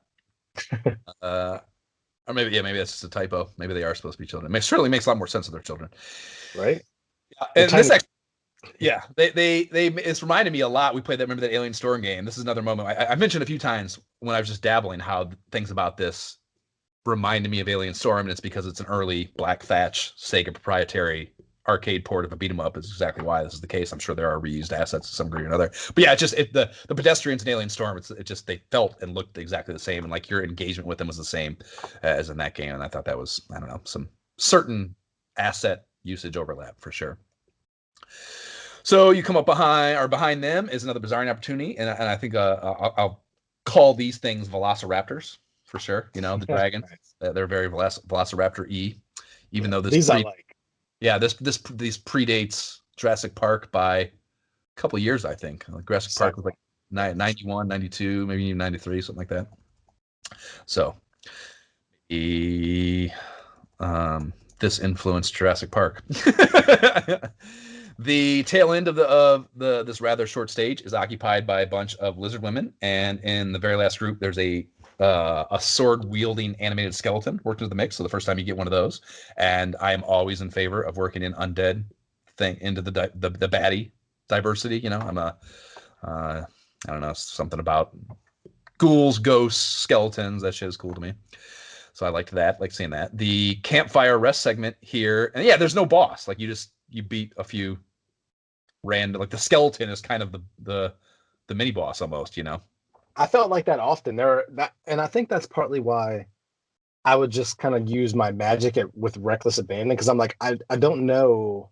It's like if it's a boss, I would just see something I've never seen. I'm like, I guess I'm using my magic now. Like, I have no idea, you know. That's smarter than hold on to. Like I said, I would hold on to them all those first 3 or 4 stages. I don't even know if I used it, in all honesty, or used it a single time rather. So yeah, it's fucking a problem I have with these games. Resource fucking hoarding. The campfire rest segment here is interrupted by 2 elves, 1 blue and 1 green. So you get your first mutton chop opportunity after the stage, and then onto the map animation where the quilt draws a super cute turtle on your map before we get some story text, and that reads: "The village was on the back of a giant turtle. The turtle takes us south across the sea," which nothing made me feel that way. This is like probably the weirdest part of the story. That like Turtle Village is supposedly on the back of a turtle, and then the turtle takes you somewhere afterwards. You know, like there was nothing in the level that made you think that this was a turtle that you were on top of. You know, it's funny that you mentioned that, because I'm like, we didn't ride a turtle. We didn't see a turtle. Yeah, I didn't see even like it's not like the ground had like a turtle shell feel to it or anything. I don't know. It's like you know, later on we have the bird thing, and like there's all sorts of shit in the level that surrounds. There's levels that surround that like is in line with that story point. But but you know what though? When stage 3 starts, it looks like you're on top of a turtle, because like the crack you jump over has like a little turtle face. Did you notice that? I never noticed that while playing. Yeah, I did notice that, but I didn't put that together. Okay, yeah, good point. It's interesting. Stand corrected. So yeah, battle scene 3 is crossing from Turtle Island to the mainland. That's exactly what you just described, basically.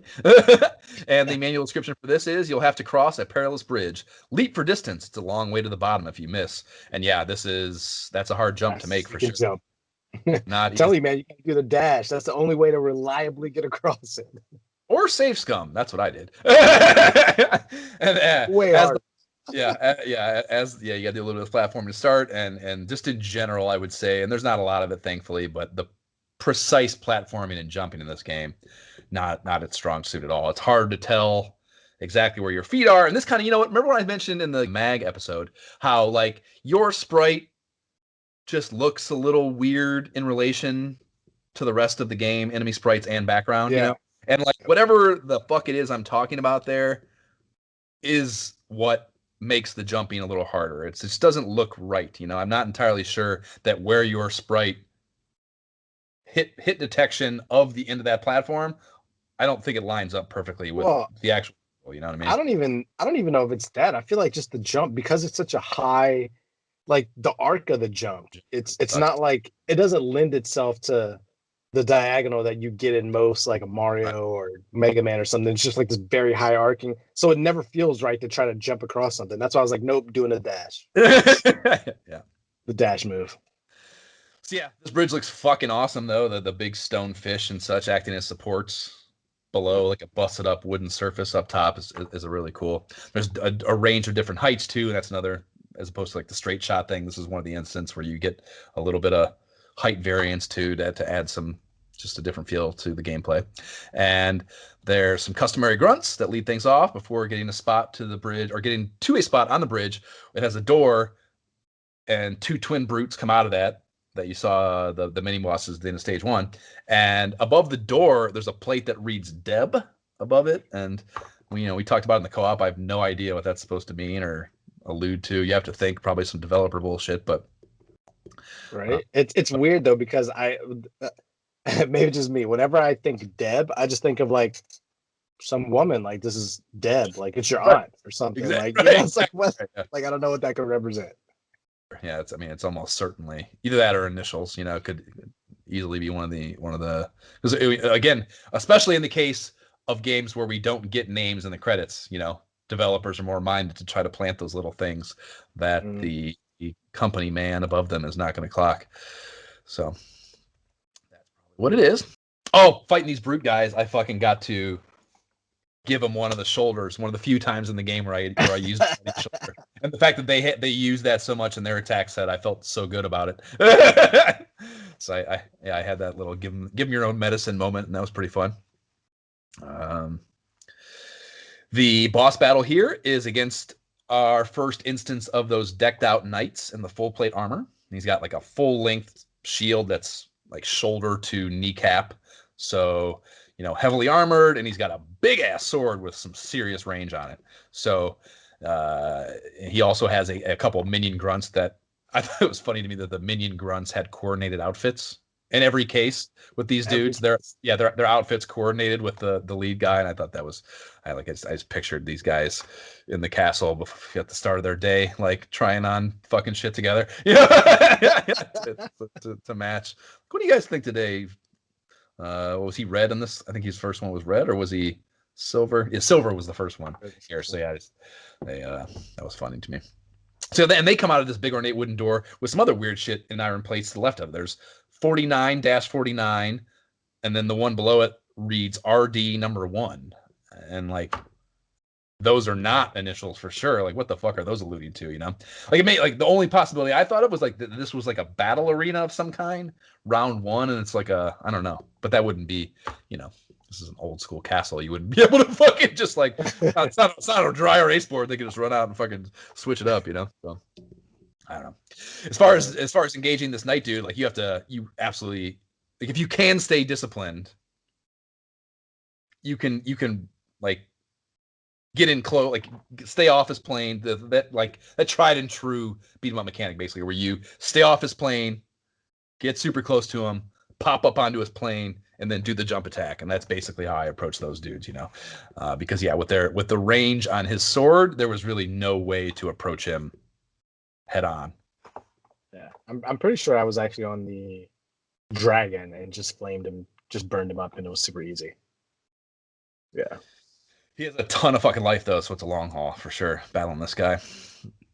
After you wax his ass, you make camp right there on his corpse, like I said I did, or would do a few times rather. And you get 4 elves in this case with some mutton and some potions, and then the map animation comes up, and it's just, I was like, after seeing the turtle, I was disappointed that this map thing was just another boring red arrow being drawn, and I was waiting for a cool sign to happen.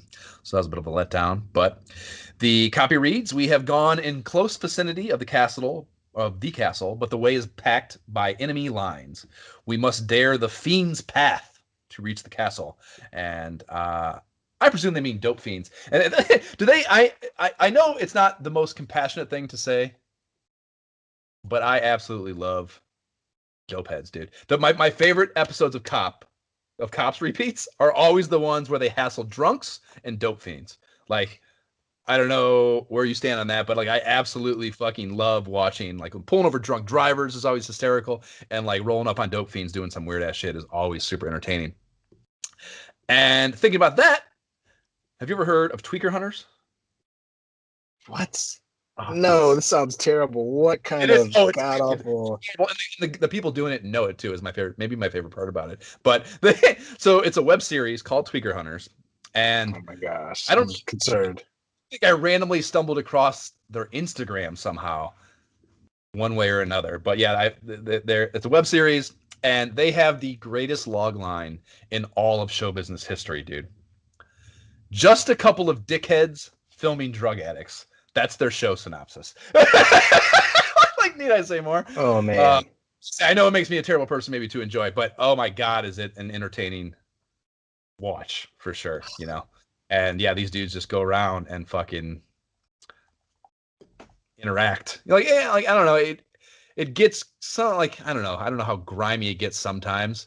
Like, I feel like I have not watched enough of it to know if they're really being exploitive or if it started as like a documentary thing that turned into inherently a little more exploitive, you know? So I don't really know what their intentions were necessarily, but it's cops on steroids, I guess is what I'm getting at. Oh my gosh. I don't know how I feel about this. Don't know if I'll be picking that one up. Yeah, well, I mean, there's like long episodes. Yeah, it's not the greatest way to spend your time in life, but it is a great log line, if nothing else. Anyhow. Battle scene 4 to Eagle Island. The manual description is this island is actually the back of a huge eagle with skeleton swordsmen hiding in its feathers. They're difficult to conquer since they're already dead if they're not afraid to die. Rather, they're already dead, so they're not afraid to die again. Narrow bridges make the battle even more hazardous. And yes, bring on the vile undead. And the building in the beginning has more weird numbers on it. 4170 in this case. Like, what the fuck does that mean? The 3 grunts that try to ambush you in front of that building can easily trash you in that confined space. So like, this is where I talked about in the co-op, like I like it just as an evasive measure went up onto the ledge and then realized that, yes, this is your first opportunity to really cheese guys into the void, basically, you know. And yeah, you can kind of like, you lure them up there, and as long as you're above them, these grunts automatically retreat. Jump high. Yeah. Well, for jumping up, you can hit them when they're jumping. But I'm saying if you get them up onto that platform, you can just inch them down to literally just walk off the bottom. Oh, yeah. Fall to death, which is, yeah. This is the first instance of that. And then as the game progresses, that becomes a crutch and a half if you want it to be. Like, you know, this whole level is like that. Like, I feel like particularly, it's like they introduce you to like, hey, there's all these places you can fall off. But all you have to do is just kind of walk around and be smart, and the enemies will fall off. It's kind of nice. It's kind of a fun like break from, if you don't feel like smashing everybody. It's like, you know what? Come, let me just lure you over here and watch you fall off the edge, or I'm gonna pick you up and throw you off the edge. Yeah, and anytime I can feel like I'm using my mind in these games instead of just brute button mashing, I appreciate and like it for sure. In this level, you get these blowing leaves in the foreground that are a really nice touch aesthetically. I enjoyed those, and for the first time we get the ash versions of those grunt characters in this level. So it's like they're like a blackish grayish color, and the sky turns orange before you see them for the first time too. So they're presented for the first time in a really good presentation, and they come out of fucking nowhere, so they can really catch you slipping if you're like, they come up out of the ground, super fast. And like the earlier ones, like the skeletons come up, but you can usually see that happening. In this case, these ones really come up on you, so they can be tough. And this is another instance, I believe, where you don't get a mini boss. I think you just eat some grunts, and those ash things might be the boss. So yeah. But I definitely remember the first time I went through this, though, feeling like it was a struggle to fight the skeletons and the gray dudes, because it just seemed like there was a difficulty jump for a second. I was like, oh man, I had to be smart about it and come back through, like, okay, let me just figure out what's going on. Like, just stumbling upon it, like they kind of kicked my butt. Oh yeah, I safe scummed a little bit for sure here. For sure. So the map quill animation after the level adds a bird to the map this time, but I would say I was again still kind of disappointing because it wasn't as cute or as well done of it as the turtle was. There's less detail, So turns out in the long run, even having gone through the whole game, the turtle is definitely the map high point. So the copy for this, you agree? Yeah. The copy for this is the Fiend's Path was a great eagle. And it says great there twice. And I thought that was interesting. But we are taken across the skies to the castle. Now the final battle begins. The battle scene 5, from Eagle Island to the palace. Manual description: fight for your life on cobblestone streets against more soldiers, lizard women, and fire blasting Bazarians. This level is where that really dope screenshot from the back panel of the box art with the eagle head. This is where that's at. And once you're out on the Eagle Head area, or out of the Eagle Head area and onto the bridge, you get absolutely mobbed by some aggressive red grunts, and then two of those night things, which those paired with grunts is a lot for a boss battle. Because like those, like I mentioned, there's no, you can't attack those. If you like, when those things mob you and they're inherently on your plane, like it's almost impossible to avoid getting the shit knocked out of you, because if you let them get on the two sides of you, you're fucked. There's no way to do that tactic where you're not on their level, with two of them on the screen. So yeah, this was pretty tough. This is where it came in handy, and this is where I got good at that B and C special move where you press them both at the same time with Tyrus, because she swings behind, like you're facing this way, but like she swings behind you, and it's such a powerful move. It knocks everybody down that's behind you. But you can only do it like after you get hit or something. Like you can't just kind of keep doing it over and over. I don't really know how that works. Man. Yeah, the Gilius has that. I mean, he does this thing where he rolls backwards and attacks at the back of the roll. So if you could do it reliably, it could have been helpful when you're getting mobbed. But I'm trying to just repeatedly do that jump attack, right? And that's hit C, hold B the whole time in the air, and then when I'm back down, I got to hit C. I got to let off B and hit C again. And when you're doing that repetitively in a beat 'em up, it's super hard to not fuck it.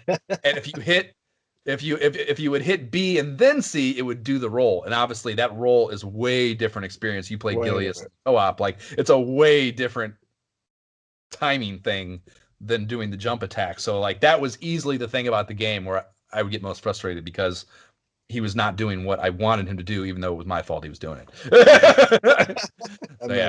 So it was tough. And yeah, this is an instance where that got me quite a bit. But this is a short level though. I mean, 2 ping giant knights and then you're on the stage 6. I kind of like for sure. Yeah, and then this is the first time, like there's no dicking around, there's no camp or doodling on your map. It's just onward and upward to battle scene 6 after these messages. We'll be right back. Thy quest is to crush Death Adder's evil henchmen. Seek wisdom from your Sega hotline and face thy destiny. Golden Axe, 'tis mighty serious fun. Welcome to the crazy train of thought brought to you by the Idiot Savants. Now in stunning Technicolor, soon to VHS. Come forth, Jimmy. Do you like trains? Uh-huh. Do you like games? Oh, yeah. Do you like discussion? Oh, boy, do I. Well, do I have a podcast for you. Join conductor Ryan Wolf. Hi. As he hosts a cadre of clever comrades as they delve into the new frontier of video games, jaw-dropping news, and captivating commentary. Go off the rails with the idiot savants and tune into the crazy train of thought. But sir, what does this have to do with trains? I actually don't understand. So get your tickets and climb aboard. Hang on just a second, hang on.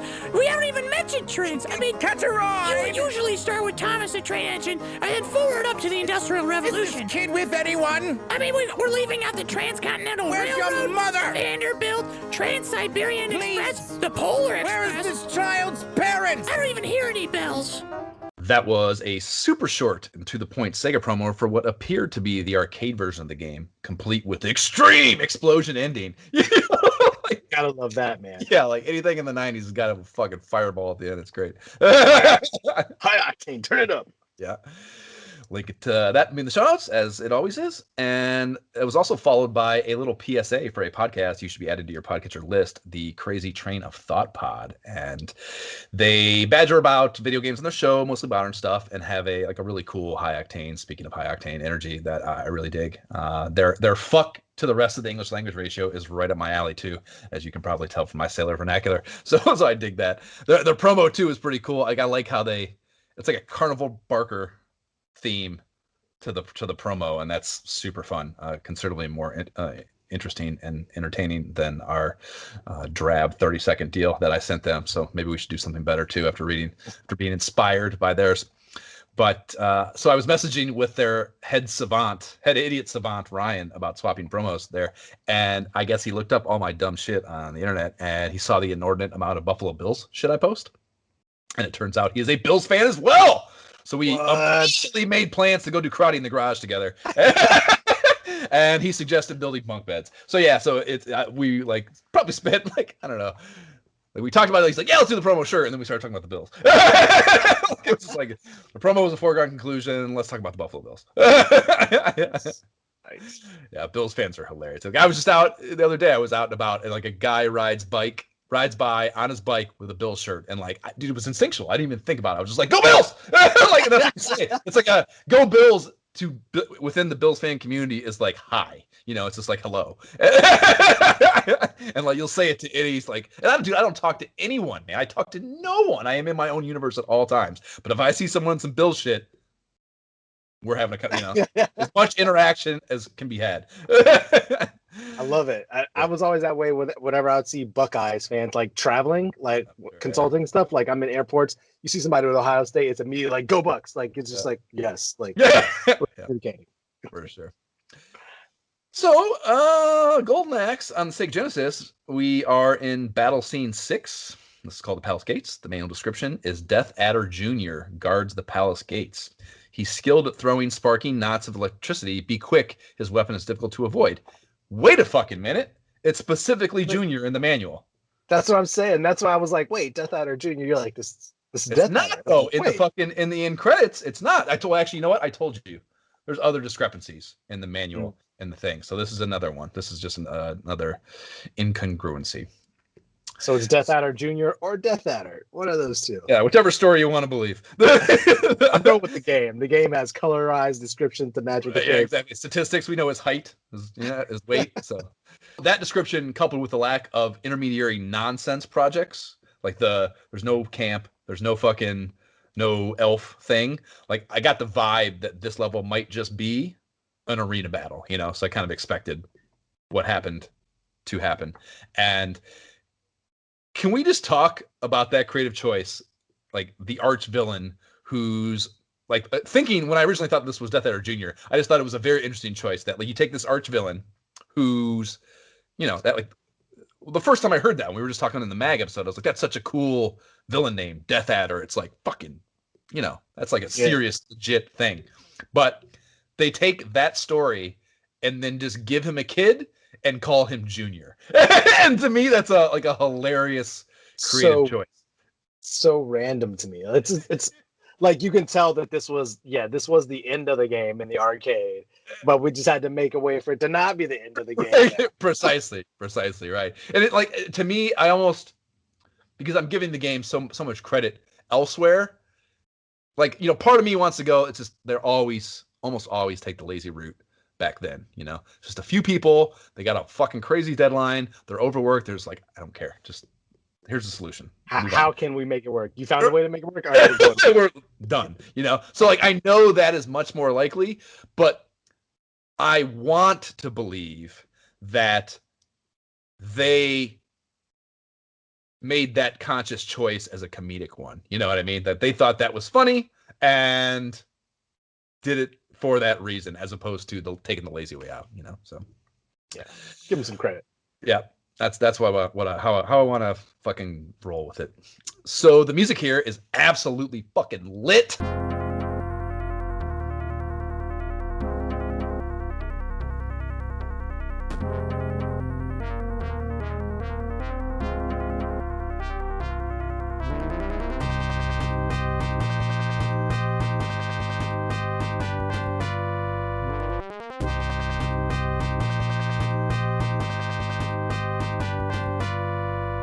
That is the Death Adder theme, and you get a little grunt action and a twin brute first, but this is indeed just an arena battle basically for Death Adder Jr., whichever you want to believe. And he comes at you with a couple skeleton bodyguards that I made sure to dust off so I could focus on the star of the show, which is why I would later try to do the same thing, and it went much less fruitfully. But so yeah, you kill him, and he is absolutely worthy of being the star of the show. He is a huge sprite. He's rocking Legion of Doom shoulder pads. What a rush! It's like all the time I'm fighting, it's like I think about what a rush. I just over and over again in my head it's saying that. And he has like a cool ass horn helmet as well as a big badass battle axe. And is that one golden? No, I think his is red. Is it? Is it red? No, I'm like it's like a bronze color. Is it? Okay, well that fucking so maybe. We were talking with one of our fucking Facebook Lyric disciples, or I was, and he pointed out how Death Bringers, the final boss's axe is not golden, and how the game's called Golden Axe, and it should be, but I didn't think about the fact that this one was there. And if it's golden, then I guess, you know, that's less criticism worthy, because the idea that they would, you know, not pay attention to what I would presume color palette limitations are usually what causes that kind of thing in these older games. So like for them to not pay attention to that detail for that reason on the final boss of the game, when the game is called Golden Axe, was a real bed shitting in my opinion. But if this guy's axe is golden, okay. Yeah, so maybe you get the Golden Axe here. So now you're like, all right, now I'm equipped to go. You know, there you go. That's how I'm taking it. I'm suspending my disbelief. That's where I'm going. Exactly. More favorable interpretation, because we are clearly headed towards double King Lord blessing on this, so we're speaking positively.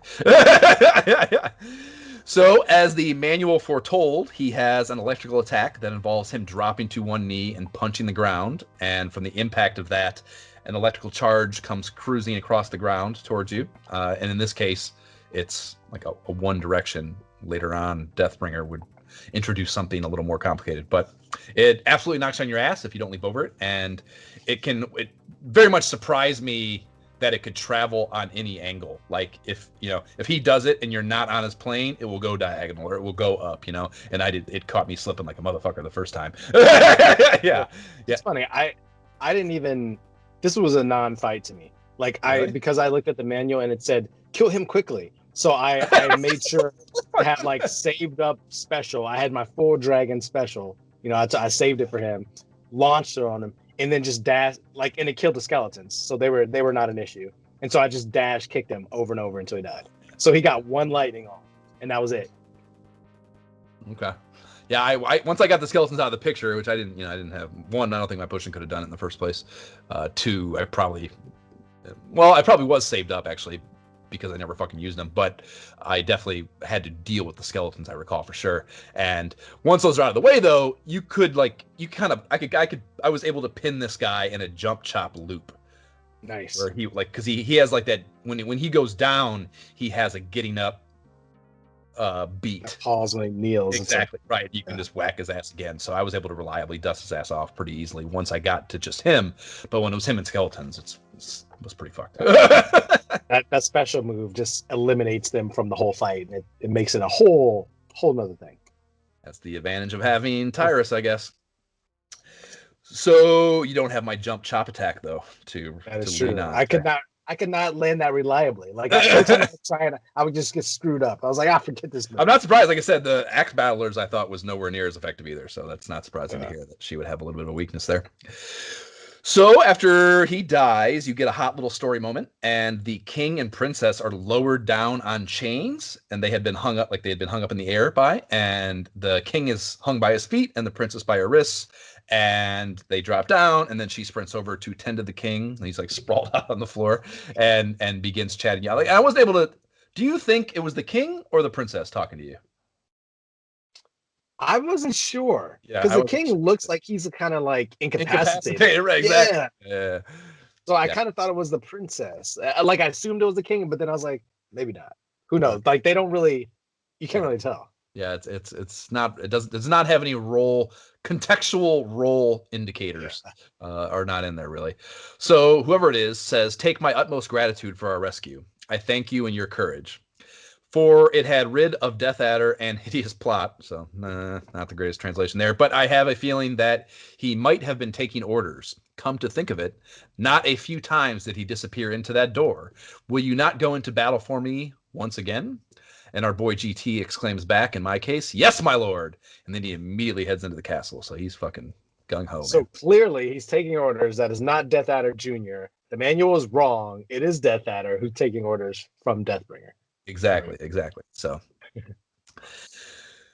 to the bottom of that. And that brings us to battle scene 7, the dungeon. And this is, well, the manual description first. You made it inside the dark, depressing, scary palace dungeon. Watch out for broken floors and dangerous pits. Skeleton swordsmen infest this cellar. And just without a doubt, this is the coolest looking level. There's just no question. Very cool. And the music down here is also great. And I'm pretty sure it's the same Death Adder track that's in the arena battle prior to this. And those green skeleton statues in the wall background are super fucking dope looking. And they don't appear to be part of the original construction plan. You know, in that like they look like they're peering through holes that have crumbled into existence in the wall. They're not built alcoves with statues, you know what I mean? So that lends itself to the idea that these are not. They're coming at you at some point. At some point or another, right? So later on, like that was foreshadowing for sure that I thought would come to be, and that would be the case for sure. That belief would pay off. So the pits you have to jump are pretty unforgiving, just as the earlier ones are. So that's kind of fucking tough. And they do later on though, they create the opportunity to really cash in on that knocking enemies into the abyss thing, which is hugely useful. And without it, this level would be super tough, man. That where you get to the part after you go, like we talked about in the co-op, where you go past the thin walkway and you come down and there's the whole pit to the left, and you get I think that's when you engage with those knight dudes. Everybody's going in the hole. They're all the one way or the other. They're going in the hole. Yeah, exactly. If you didn't have that option, that would be such off, because you got the green bronze statue things coming off the pedestals, and those do. Yeah, it would be so tough. So the boss battle is you have to fight those knights again. They're gold, and get them into the pit basically is the boss battle here, and that feels so good and brings you straight into battle scene 8, the battle with Death Adder. And the manual description here is, it's time to face your most dangerous enemy, and has he got a surprise for you? And yeah, the manual calls it the battle with Death Adder. Wrong. I'm throwing the manual away. We're done. Yeah, the manual fucking useless. You're drunk. Good. Yeah, I didn't even writing these down piecemeal one at a time. And then like I was not able to see the forest through the trees, basically. So yeah, it's very apparent that there's a major incongruence there, looking at it on the whole. But so yeah, I absolutely loved how when you walk into this level, he's just sitting on his throne there, and he's just like, he's got his head in his hand like this. He's just bored out of his fucking mind. like what I pictured it as is like he's been sitting there. He's got those two skeleton bodyguards, right? He's just been sitting there listening to these two morons talk about whatever dumbass skeletons would talk about for God knows how long. And he's just so bored. So when you come in, he's super enthusiastic. Like, oh yeah, let's go. Yeah. So this sprite looks just like Junior or Death Adder or whatever, but he is in a really like a much more menacing green skin, purple equipment color scheme, that looks fucking awesome. And his throne is appropriately evil chic, it's like it's got dragons and skeletons, demons and shit all over it. So all the good stuff. Yeah, built out and appropriate. And yes, he has those two skeletons that join him as he rises and attacks. And there's no way to know it offhand, but I am almost certain that you cannot kill these skeletons, that they are invincible. They will go down. You can knock them down and get them off of you, but I don't think there's a way to kill them. Because yes, I spent a great deal of time and a great number of save scums trying to eliminate them to single out Deathbringer and be able to just deal with him, and that's not an option, I don't think. I tried the same thing. It did not work at all. I mean, just in general, like he messed me up. He brought up the dragon. I had to go back. This is embarrassing. I had to go back to a save state from like stage 4 when I still had both full continues, because I just kind of messed around, just kind of freewheeling play. I was like, no, I need both continues. So I went back and played it through again. So I had enough, because he would like I couldn't really avoid it. Like I'm hitting him, I'm dashing him, I'm taking him down. I dropped him full power, but it still took me both continues to like even. I think my save state, I want to say I had a little bit of my last life.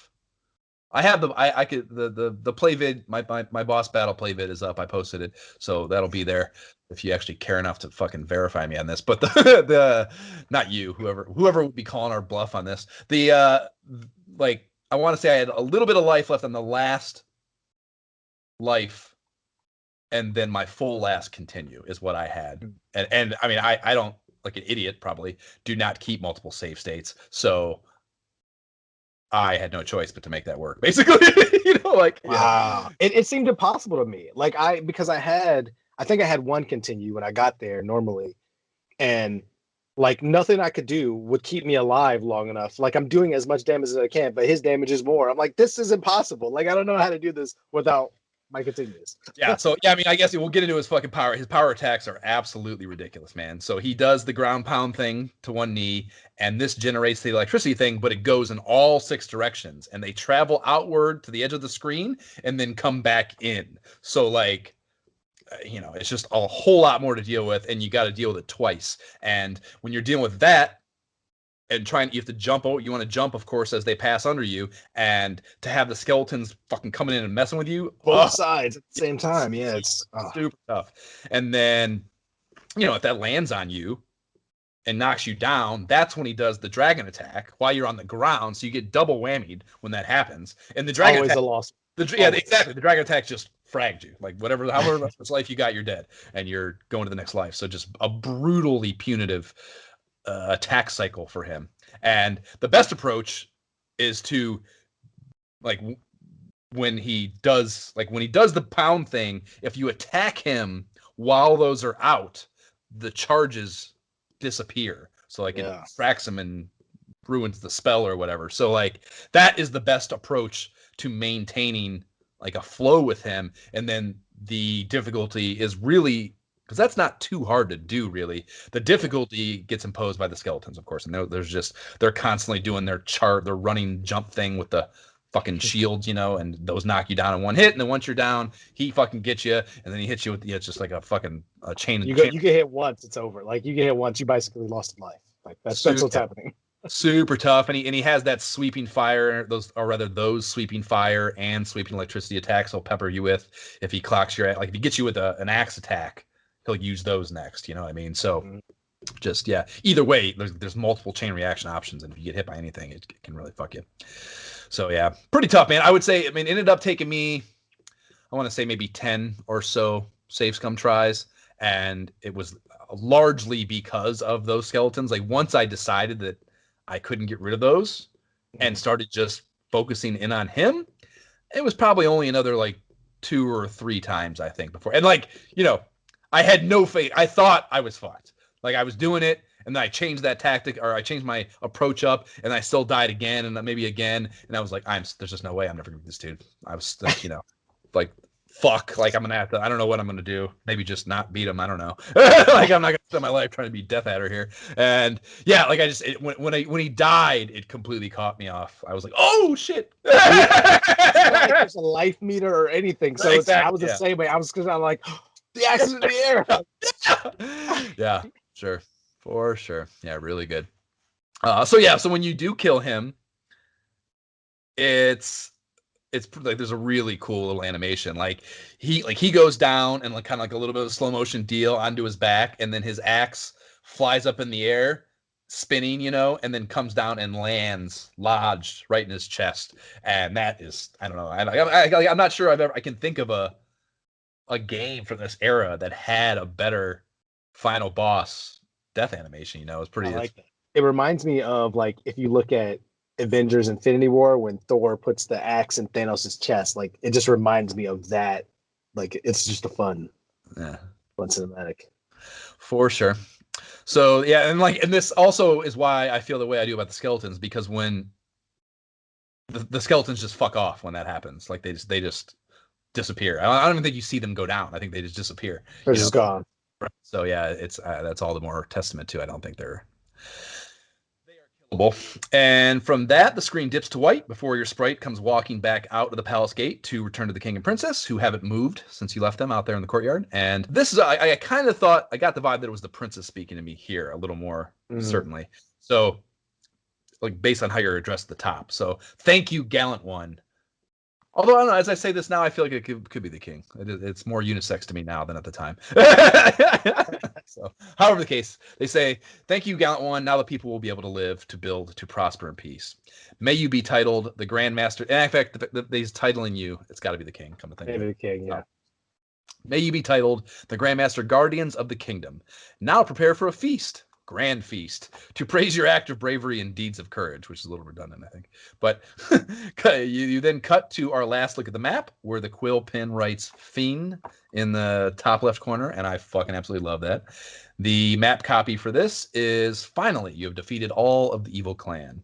The land shall revive in peace, and the people will talk of your deeds as legend in the years to come.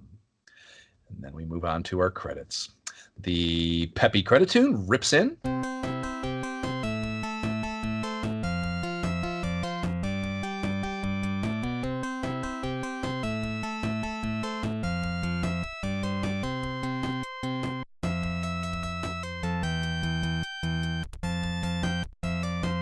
And this song is titled Sudakora Sasa.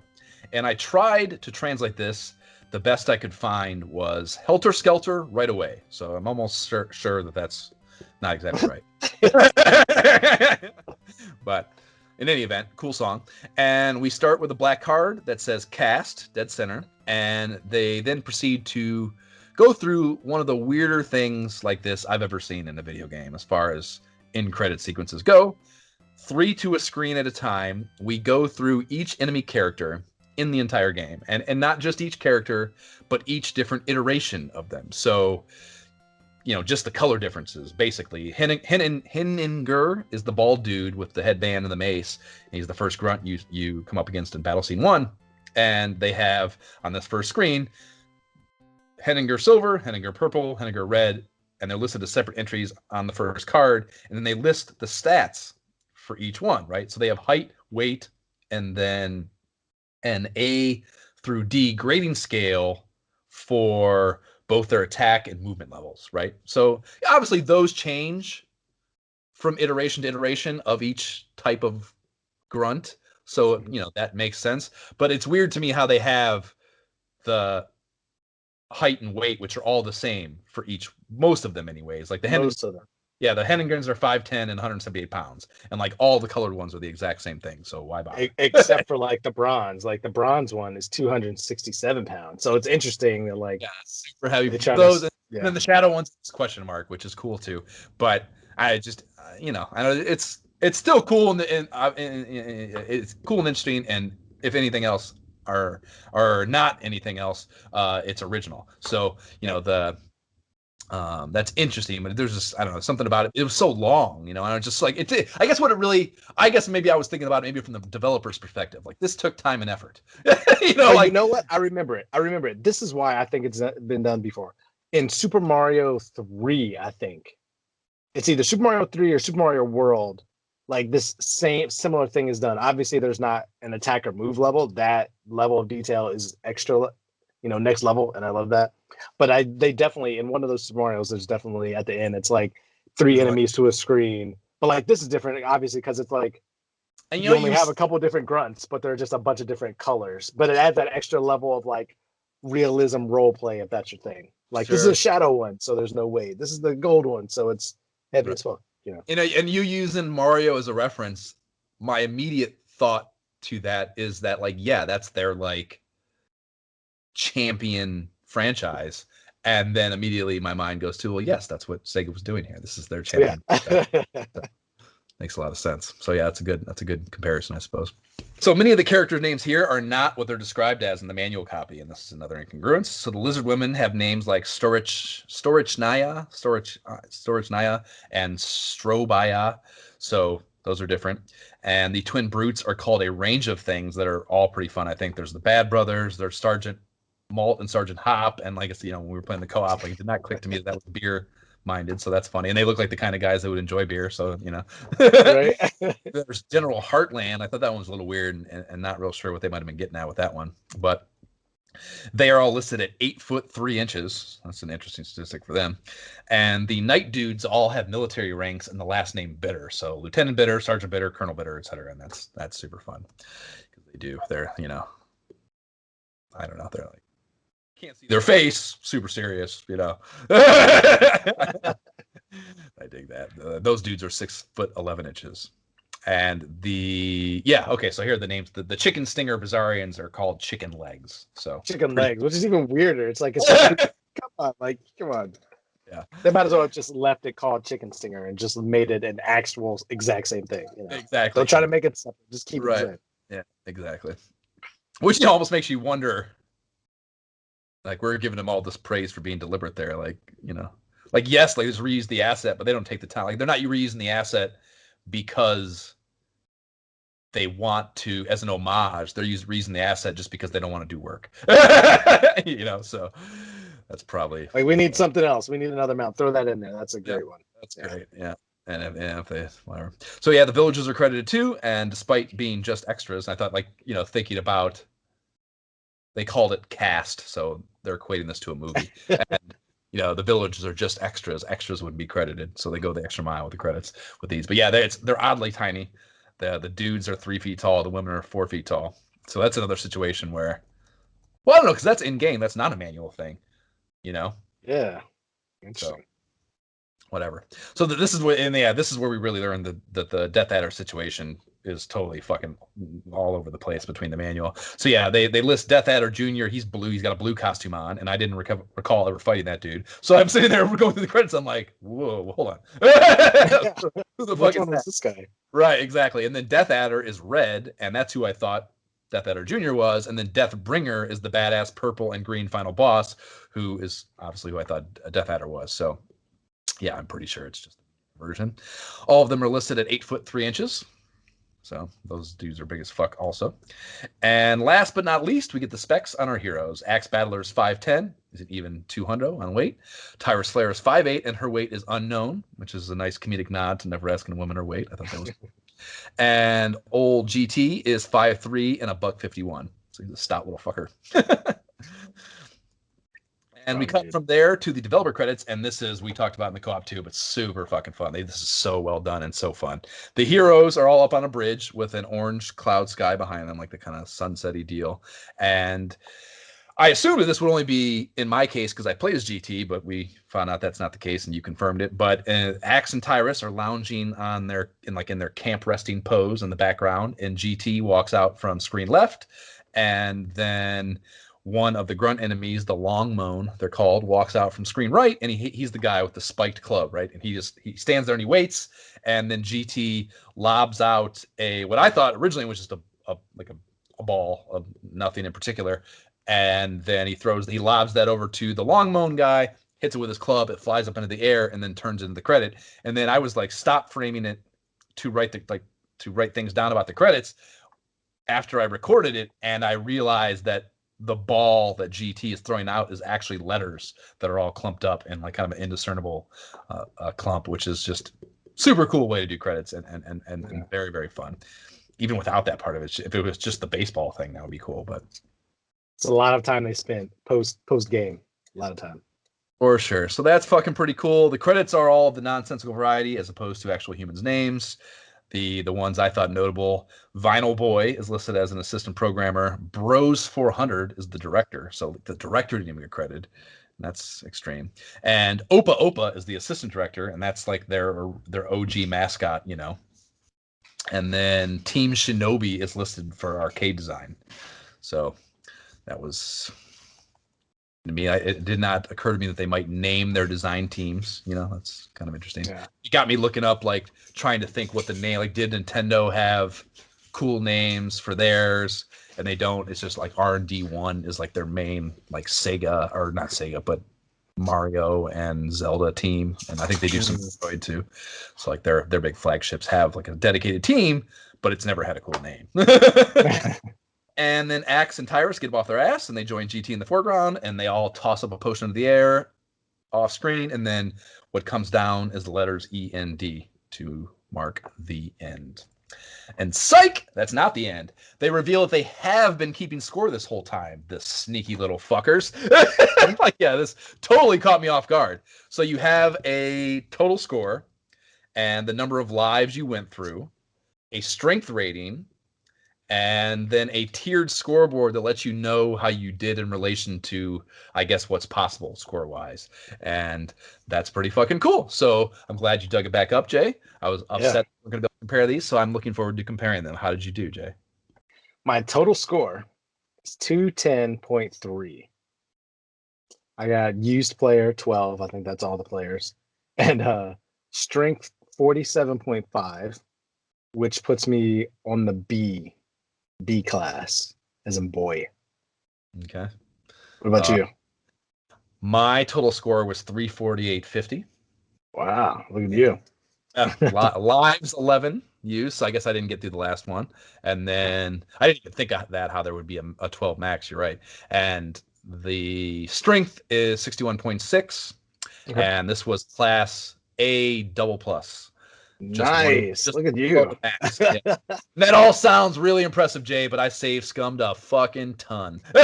So I'm not at all legit in these ratings, but it is still fun that they give it to you, and without a doubt give you obviously replayability incentive, you know, to try to really. Now I'm like, wait a minute, I didn't even think about my score. I think I only saved it like when I went back through the full time. I only had like 2 save states, and I was just like, this is how it's gonna work, you know. Word. So that's the one player experience, and then we co-opted this morning before we jumped on. So it wasn't a terribly different experience, I would say. I mean, it did have, you know, you fucking hurt each other, and that's a pain in the ass. That's probably the biggest difference, that you can hit each other and knock each other down, and when you're trying to mob on something, it almost never works. Yeah, it was weird. The only other difference I would say would be that when you're playing one player, you know that everybody's going to come after you, so you can kind of plan for that. Yeah. And there were some times when I would move expecting something to follow me, and it would, because I'd already hit it, but it would go after you, and I'm like, darn it, come back here, you know. You're not being as predictable as I like. Exactly. Yeah. You're not following the predetermined pattern. For sure. Yeah, I mean, yeah, and that final boss against Death Adder in particular, or Deathbringer rather, we had that hardcore. Dude, last life, last health, made it through. Yeah, that was, dude. Yeah, Jesus Christ, that was so clutch. That was crazy. I thought for sure we were just gonna have to eat it and not beat the game on the co-op. So it's like, no, I could not let this happen again. It happened in River City Ranch. We will complete this game. Yes, you avenged my death for sure. There, good job. Oh yeah, so yeah, I game over, and you had, I think you had 1 hit point left, like right. 1 hit point left. Jeez, that's crazy. I just locked in. I went from kind of like bouncing around to like, all right, focus time. Yeah. Even I felt it was funny. Like I felt pressure after I died for you, so that was funny. Yeah, for sure. Yeah, I mean, yeah, and like the whole playthrough though. I mean, what was like 30 minutes or something, and like all that probably wasn't even play. We were probably I feel like it's been like 15 minutes and we were like through it. It was so quick. For sure. So fun, but not a hugely different experience, I would say.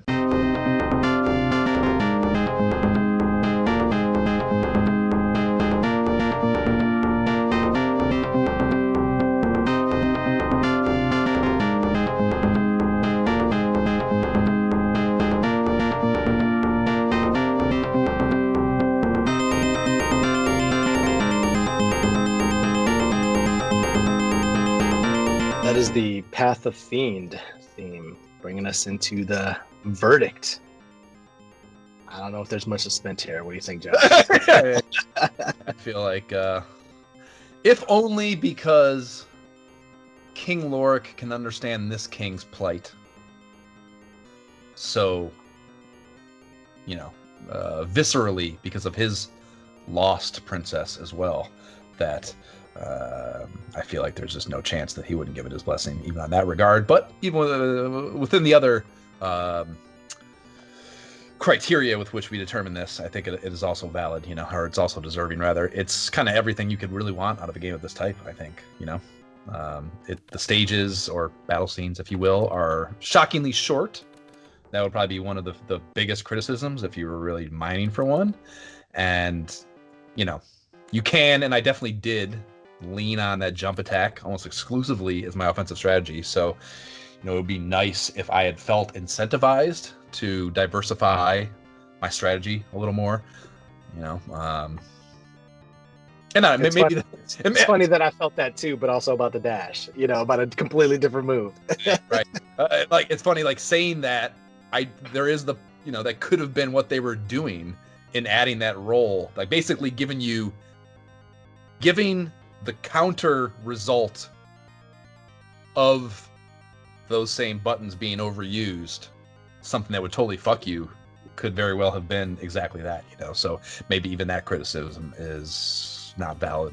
So, that'd be honestly it, though. I mean, it looks great, it sounds great, plays great, provides a reasonable amount of difficulty at reasonable places throughout it, 10 times. Getting a little pissed off at the final boss is about right for this kind of game, there's just not a lot of things that you could fucking complain about. And the presentation aspects I mentioned a million times, the map thing, all the arcade little touches, all that's really fucking cool. The in-scoring thing is cool and unique and came out of nowhere that I didn't expect it, so that's fucking not relying on that as being part of the game.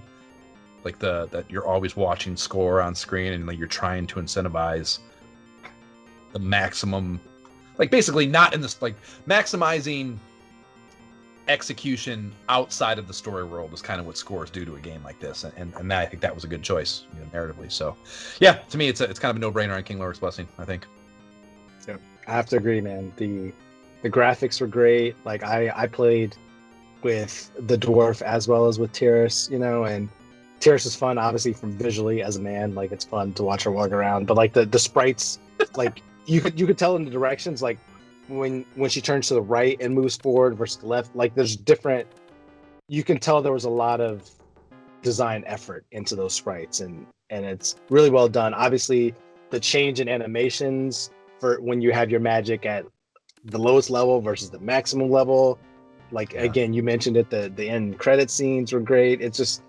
It's very fun. I've talked about wanting to play it with Zion. I forgot I only have one Sega controller, so I have to order a second one. And I still want to play the extra modes, the battle modes where you're just going through the bosses or whatnot. I want to play those again. So I think implicitly I'm saying I like everything and I want to keep playing it. Yes, the blessing bestowed. Yeah, I don't know if you can come up with a better compliment for a retro game than I want to spend money on more retro equipment in order to play. So yeah, that's pretty good. It's like